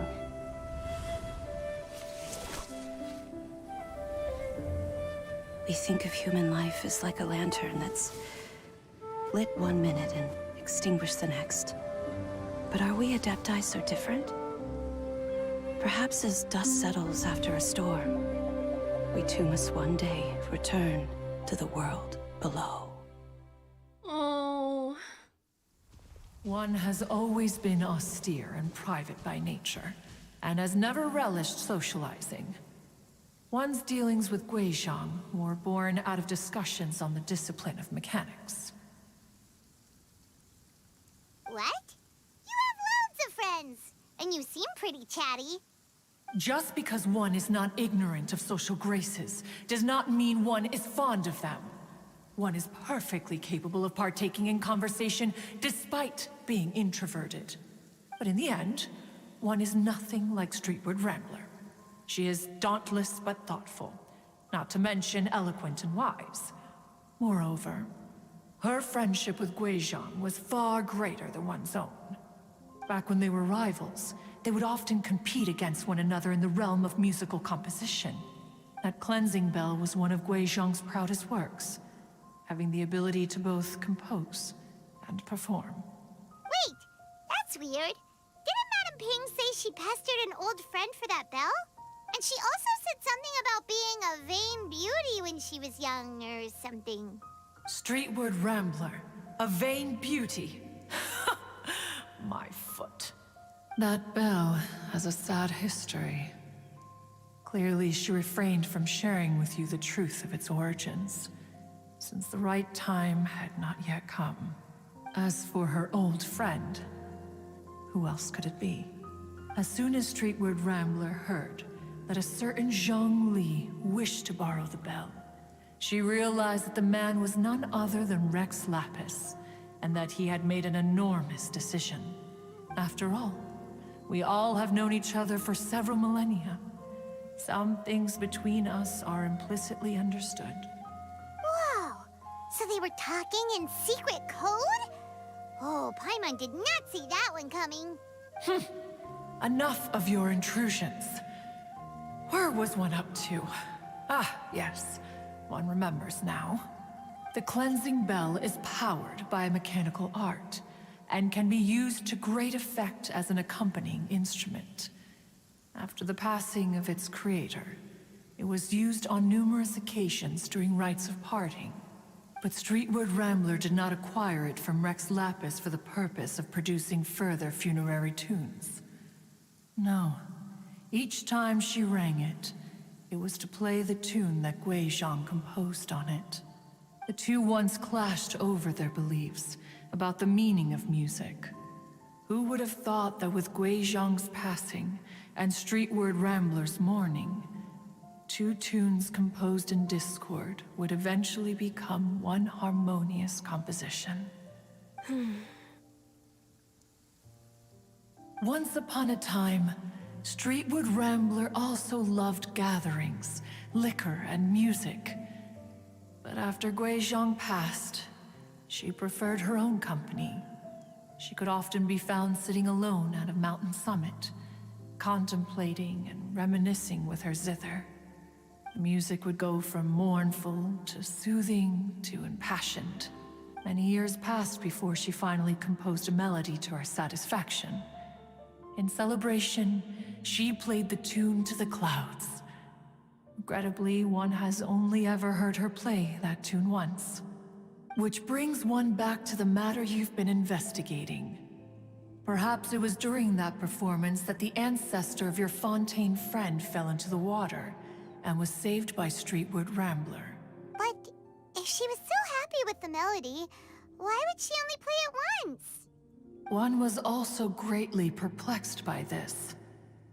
After suppressing one's curiosity for a long while, one finally approached her and asked why she would retire the tune after having spent so long on it. In response, she said, "Though the strings that played that melody survive, the one who inspired it is gone. Tell me, Cloud Retainer, when the one attuned to my soul is no longer here, who else could hope to understand this tune?" Aw, poor Madam Ping. I just remember being taken care of by you when I was young. Once the Archon War came to an end, I stayed behind in Liyue Harbor to honor my contract. Although I met Gui Zhang a few times, I never knew anything of this particular story. Gui Zhang was quite the visionary, but tragically passed before her time. Her manuscripts still lie unfinished in the realm of clouds. Blank pages give one cause for contemplation on what might have been. Had you not decided to search for that mystery Adeptus, perhaps these stories, too, would have been lost to the sands of time. Oh. As of now, you know the truth. That the Adeptus who rescued the drowning man was none other than Streetwood Rambler. Do you intend to discuss this with her? I think you should. Introduce them to each other. Do you mean Ping might find the topic too distressing? Precisely. The passing of our old friend is a heavy topic that both of us are usually careful to avoid. If I may be so bold, Cloud Retainer, could it be that this is just your own personal opinion? Oh? How so? I've been in Liyue Harbor for quite a long time now, and I've witnessed many farewells along the way. So I, too, am well acquainted with the pain of the passing of a loved one.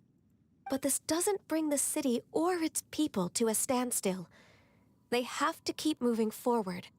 Someone as perceptive and wise as Ping will surely have come to understand and embrace this. Though these immortal mountains have lost an Adeptus, the harbor of mortals has gained a wise elder. No loss can ever be undone. But there is always much that can still be gained. Ping has helped countless people, and will guide many others in the years to come. And all to whom she extends a helping hand become her friends.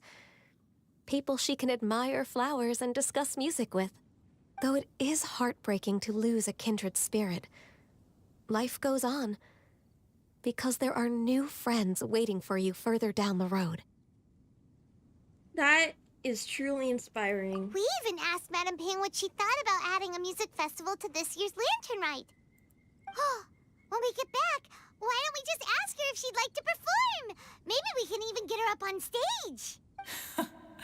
You youngsters and your imaginations. Why don't you come with us? It's been a long time since you last spoke with Ping, and Liyue Harbor is always decorated so beautifully during the festival period. Is not every Lantern Rite the same in this regard? Were there ever anything new to discuss? One in Ping could meet any day of the year. I disagree. Each new day and each new year is different from those that have come before. How long will you simply let them pass you by? The edibles she brought this time were indeed quite delectable. Very well. Then one will be off.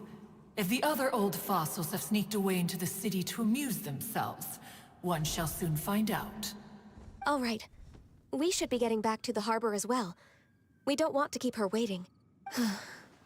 Once the Guili Assembly, now the Guili Plains. Say, if we planted flowers there and cared for them carefully enough, do you think that one day we'd be able to recreate the Sea of Glaze Lilies? Maybe. Allow one to take back one's praise from a moment prior. You are still far too given to flights of fancy, child. What? Cloud Retainer? You were still listening? One observed that you were making no effort to leave, and returned to chasten and hasten you. This time, one is departing in earnest.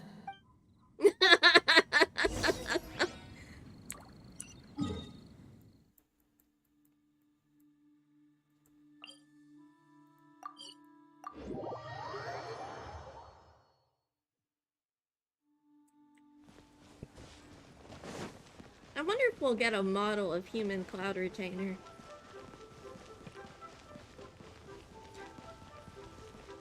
Or a younger Madame Ping.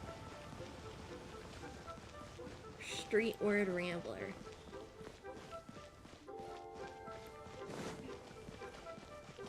Can't believe I didn't put that together when Yao Yao said she was her master. I was like, oh.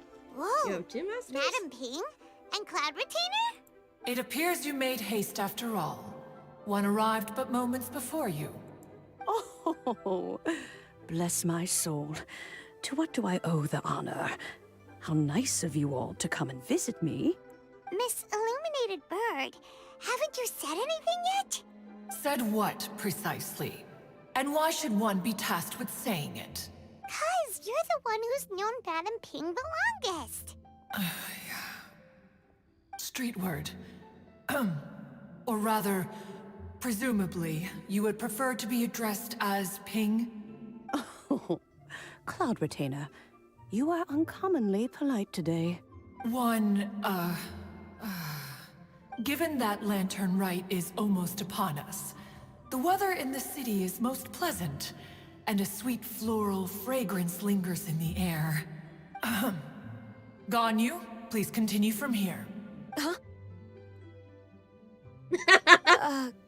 All right. So, this all started because we were trying to help Mr. Dvorak find the Adeptus who saved his ancestor's life.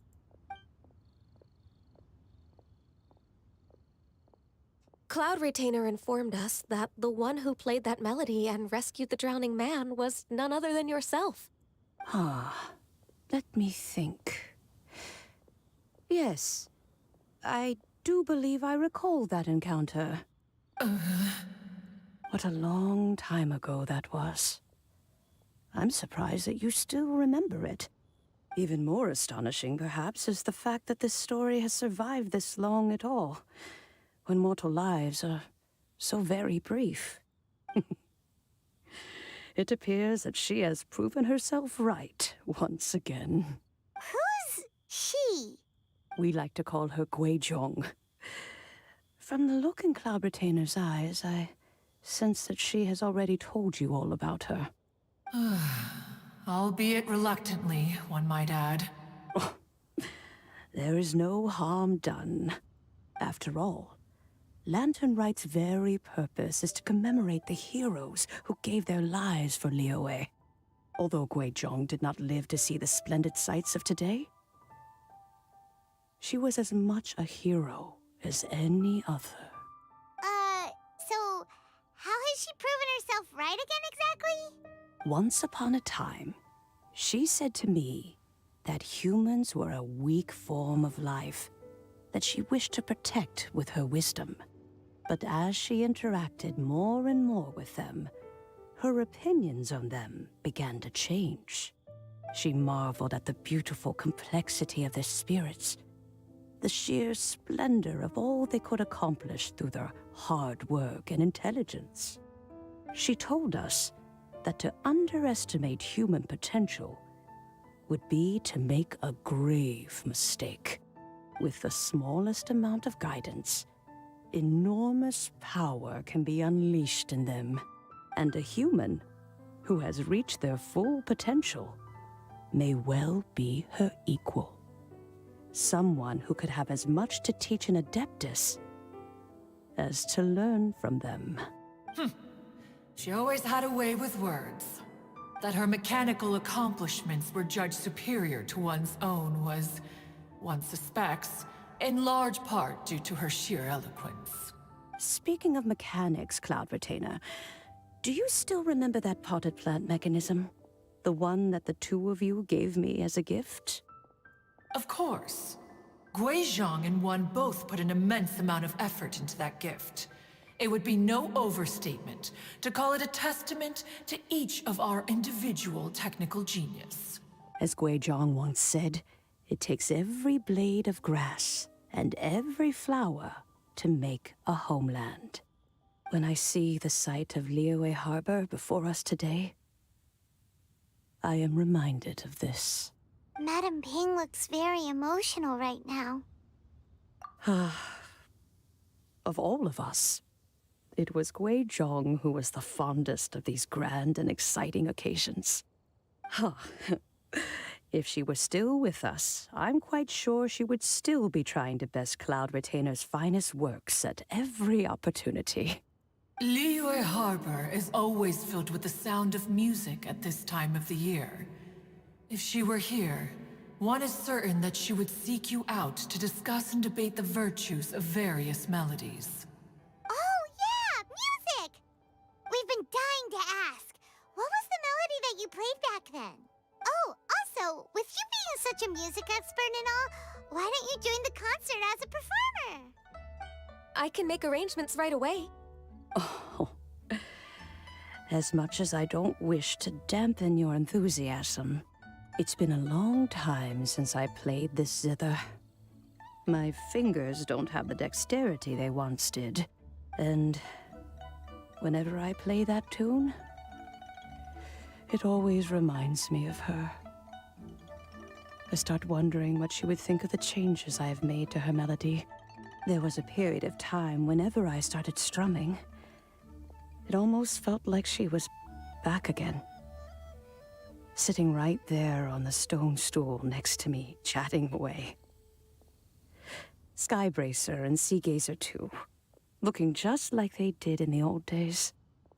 No matter how much time goes by, the moment that melody starts playing, it transports me right back to that time in my memory. So the past still weighs heavily on your heart? Well, I would be lying to myself if I claimed to have completely moved on. But that is not to say that grief doesn't get easier with time. Despite the sadness, I have found many things that bring me joy in life. It is simply the nature of the world in which we live that even if one wished to mourn for an eternity, it would be a nigh impossible feat. Just look at this potted plant. Isn't it stunning? It takes an honest and open mind to confront and conquer grief. You have indeed made progress. Be that as it may, I shall leave the Lantern Rite stage to the youth of today. Well, if you're sure. Granny! Whoa, what's everyone doing here? Did something bad happen? Ah, and now we've spooked Yanfei. No, everyone's just here to give me their regards for the holiday. Oh, that's wonderful, I'm glad. Well, in that case, happy Lantern Rite, everyone. Happy Lantern Rite. Oh, I just remembered that I have some, work to do at Yuehai Pavilion that I need to discuss with Yanfei. I haven't been able to find a chance until now. I will leave Mr. Dvorak in your capable hands. Cloud Retainer, Ping, we will be off for now. Huh? Does it have to be right now? which case is this again? Hey, Ganyu! It seems Ganyu still has much to learn when it comes to the art of deception. What a pity. She has learned nothing of one's ability to carry a conversation. Since it's been so long, Cloud Retainer, why don't you stay? I'll make a cup of tea and we can chat a while. Gladly. This was one's intention as well. When you next see the Fontaine musician, please give him my regards. I'd like to wish him the very best with the concert.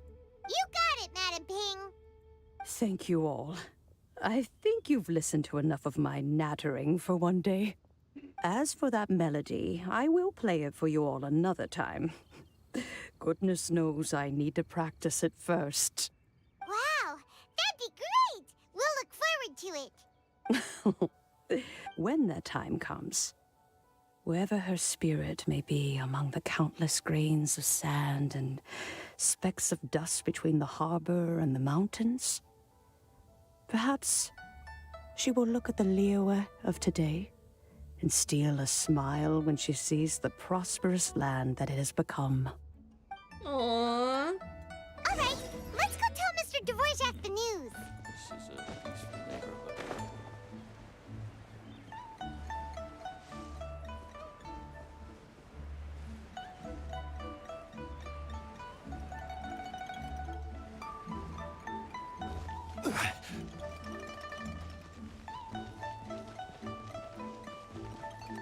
Also, Streetwear Rambler was a hot lady back in her day. Mr. Dvorak!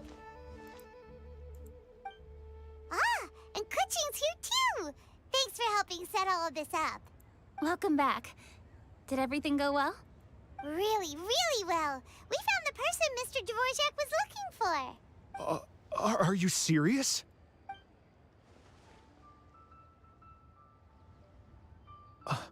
I see. So the melody my ancestor heard was an adeptus remembering her late friend? That certainly explains why it was such a powerful and poignant tune. Huh. That's a really interesting first reaction. Guess that comes with having a musical mind. I have to say, though, it's hard to believe that the fairy from the tale is now an elderly granny. Oh, Paimon knows exactly what you mean. Normally, Adepti don't age at all. But Streetward Rambler, or Madam Ping as we know her, probably only became old because it's what she wanted for herself. Madam Ping possesses vast knowledge and great wisdom. Whatever physical form she may decide to take, her mind and wits are as sharp as they come. Yep, Kuching summed it up perfectly. That's exactly what Paimon was trying to say. I think... yes. I must thank her in person. That can wait until after the concert, though. For now, I need to devote all my emotional energy to the performance. Ah, speaking of, Madam Ping wishes you all the best at the music festival. Paimon has a sneaking suspicion that she'll stay in her usual spot, but listen to the performances from afar. Wait, are you serious? Oh no, now I'm starting to get nervous. Okay, all right. Nope, another rehearsal is in order. Please excuse me, everyone. Mr.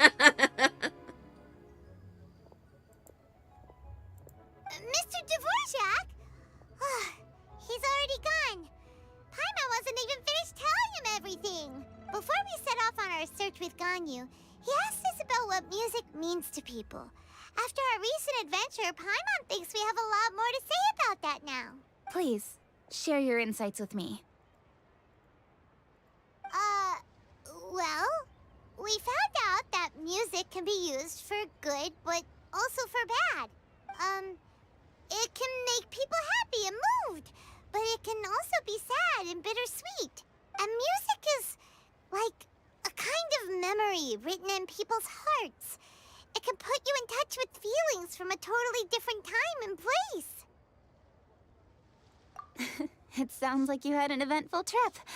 Don't worry, I'm sure Ganyu will fill me in on all the details shortly. Wait, does that mean you're gonna carry on working? Mm-hmm. Just a few things to wrap up. All the groundwork is done. As long as everyone enjoys the festival activities, all our efforts are worthwhile. Happy Lantern Rite to you as well.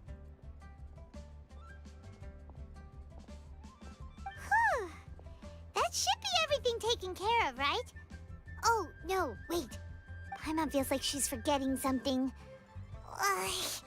What was it? Oh, it feels like it was a while ago. Shoot! Latent... Wait, no. Anyway, fancy bamboo shoots! Zhongli said he wasn't in a hurry, so if we went now, there's probably still time, right? Anyway, even if we don't make it, it's not our fault. He could have totally picked them by himself. Ugh.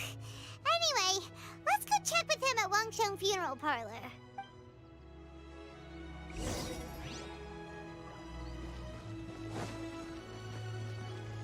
Lantern Rite means that a new year is upon us.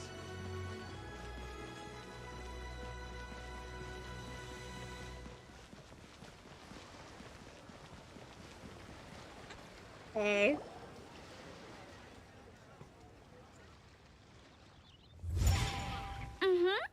Da da da da da da da da da. Da da da. Oh.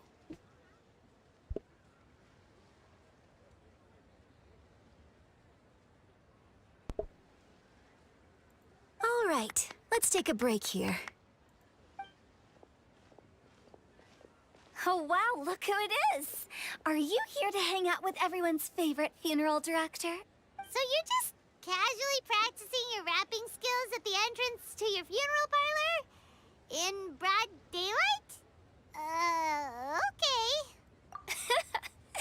After everything we've been through, you don't see me for a hot minute, and you're back to being scared of your own shadow.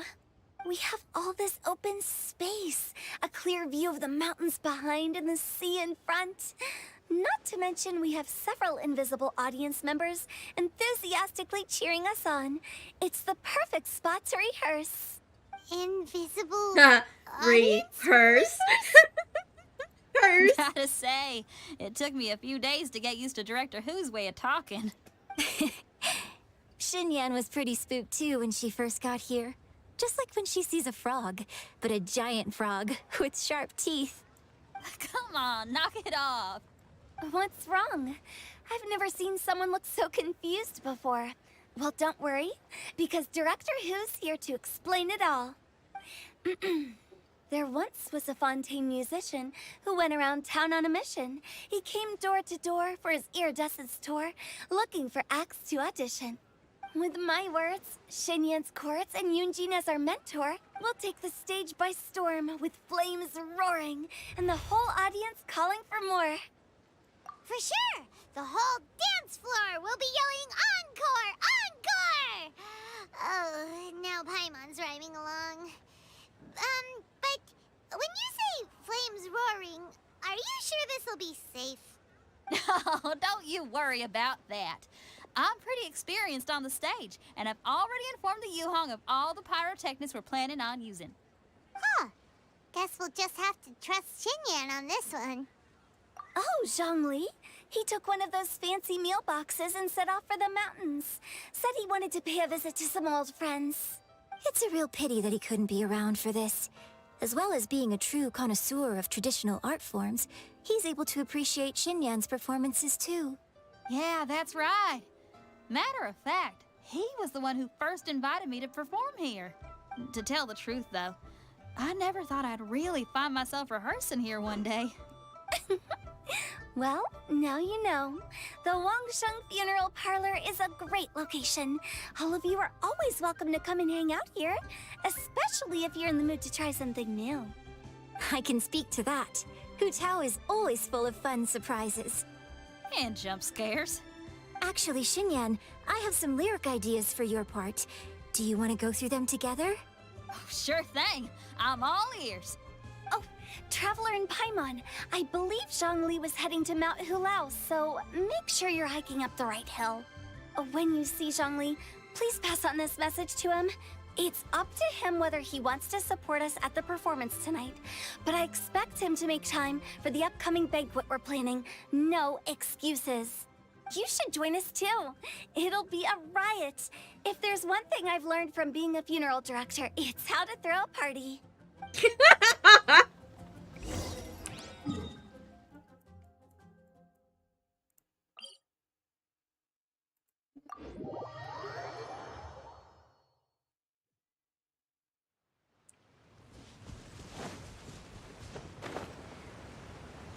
Zhongli isn't the best at hiding the fact that he's an Adeptus.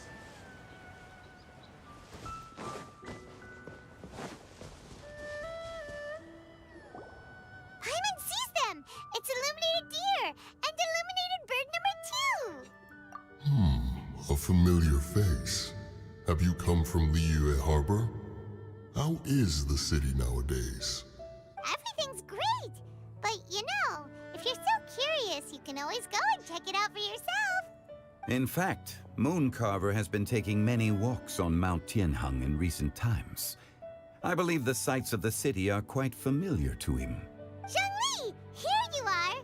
We've brought the bamboo shoots you wanted. Impeccable timing.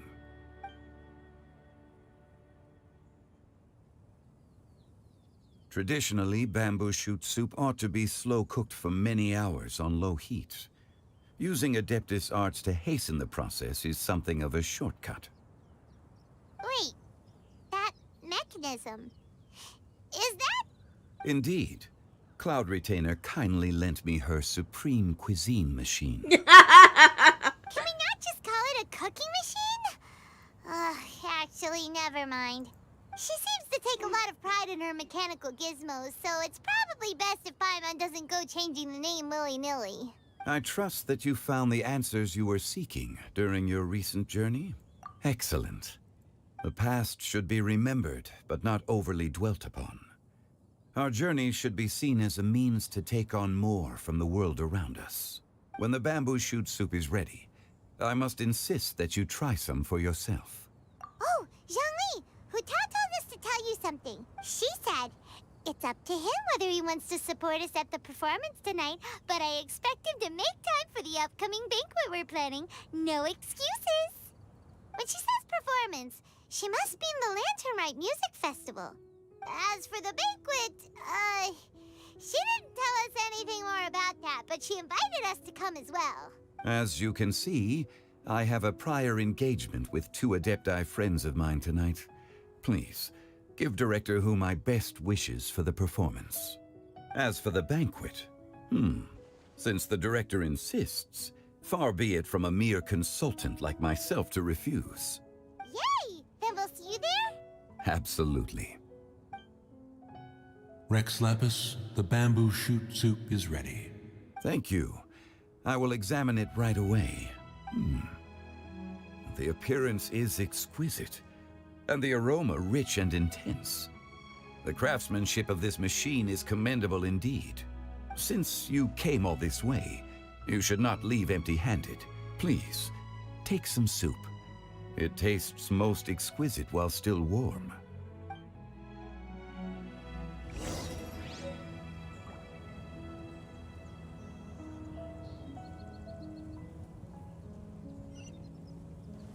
I intend to reminisce with my old friends for a while longer. You ought to get back to Liyue Harbor. There is a performance you do not want to miss.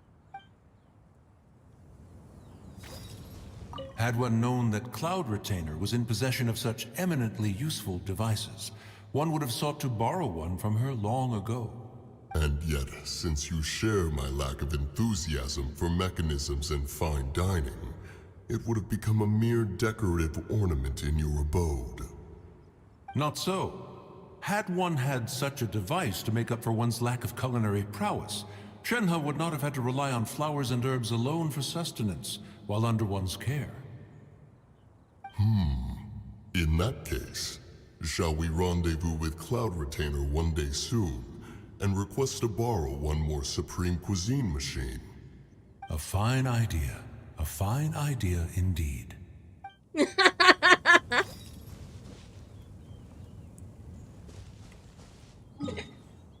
It isn't that he dislikes food, it's just that he can't cook.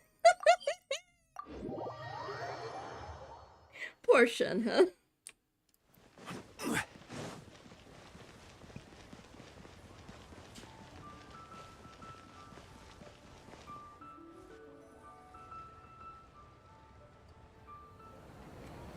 Ooh, cutscene time! I'm honored to be here on the Iridescence Tour stage. All right, without further ado, I'll I'm Xinyan, this is Hu and this is a little something called... The Blaze Lilies!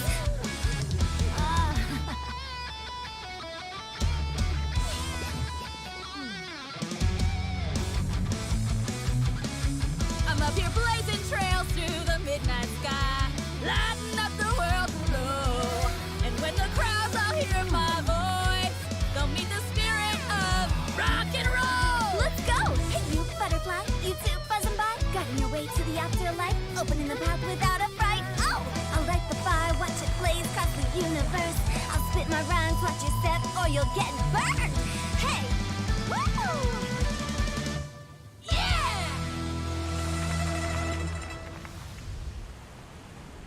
Does anyone have any plans tomorrow? With another year behind us, I think we deserve a celebration of our own. My treat. Interested? The Tianquan footing the bill? I can't miss out on that.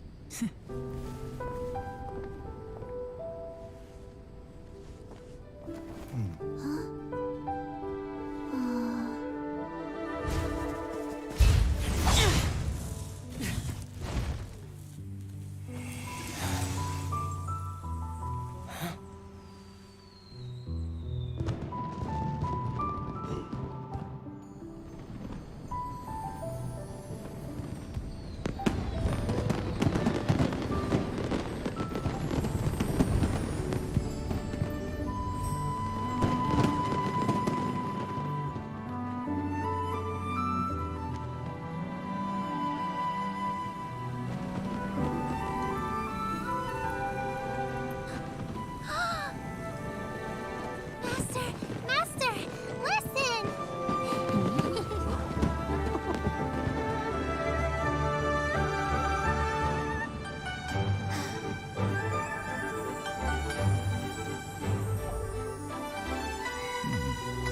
May the year ahead be a blessed one. I believe it shall be. Aww.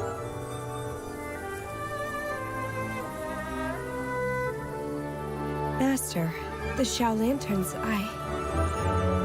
Ha! Elementary. One shall fashion for you a Xiao Lantern the likes of which the world has never seen. And you must take it to Liyue Harbor to display its magnificence for all.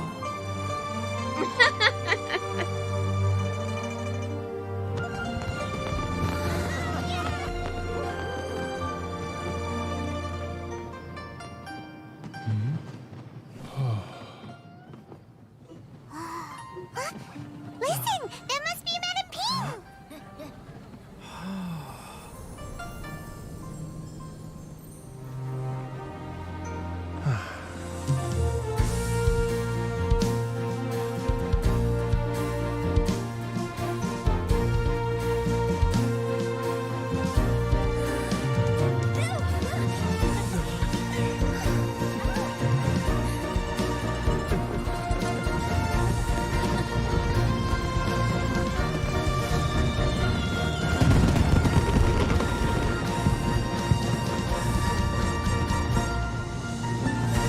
This is beautiful.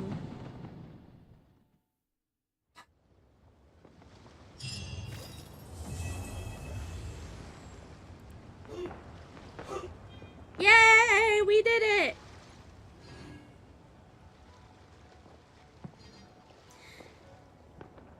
Is there anything else?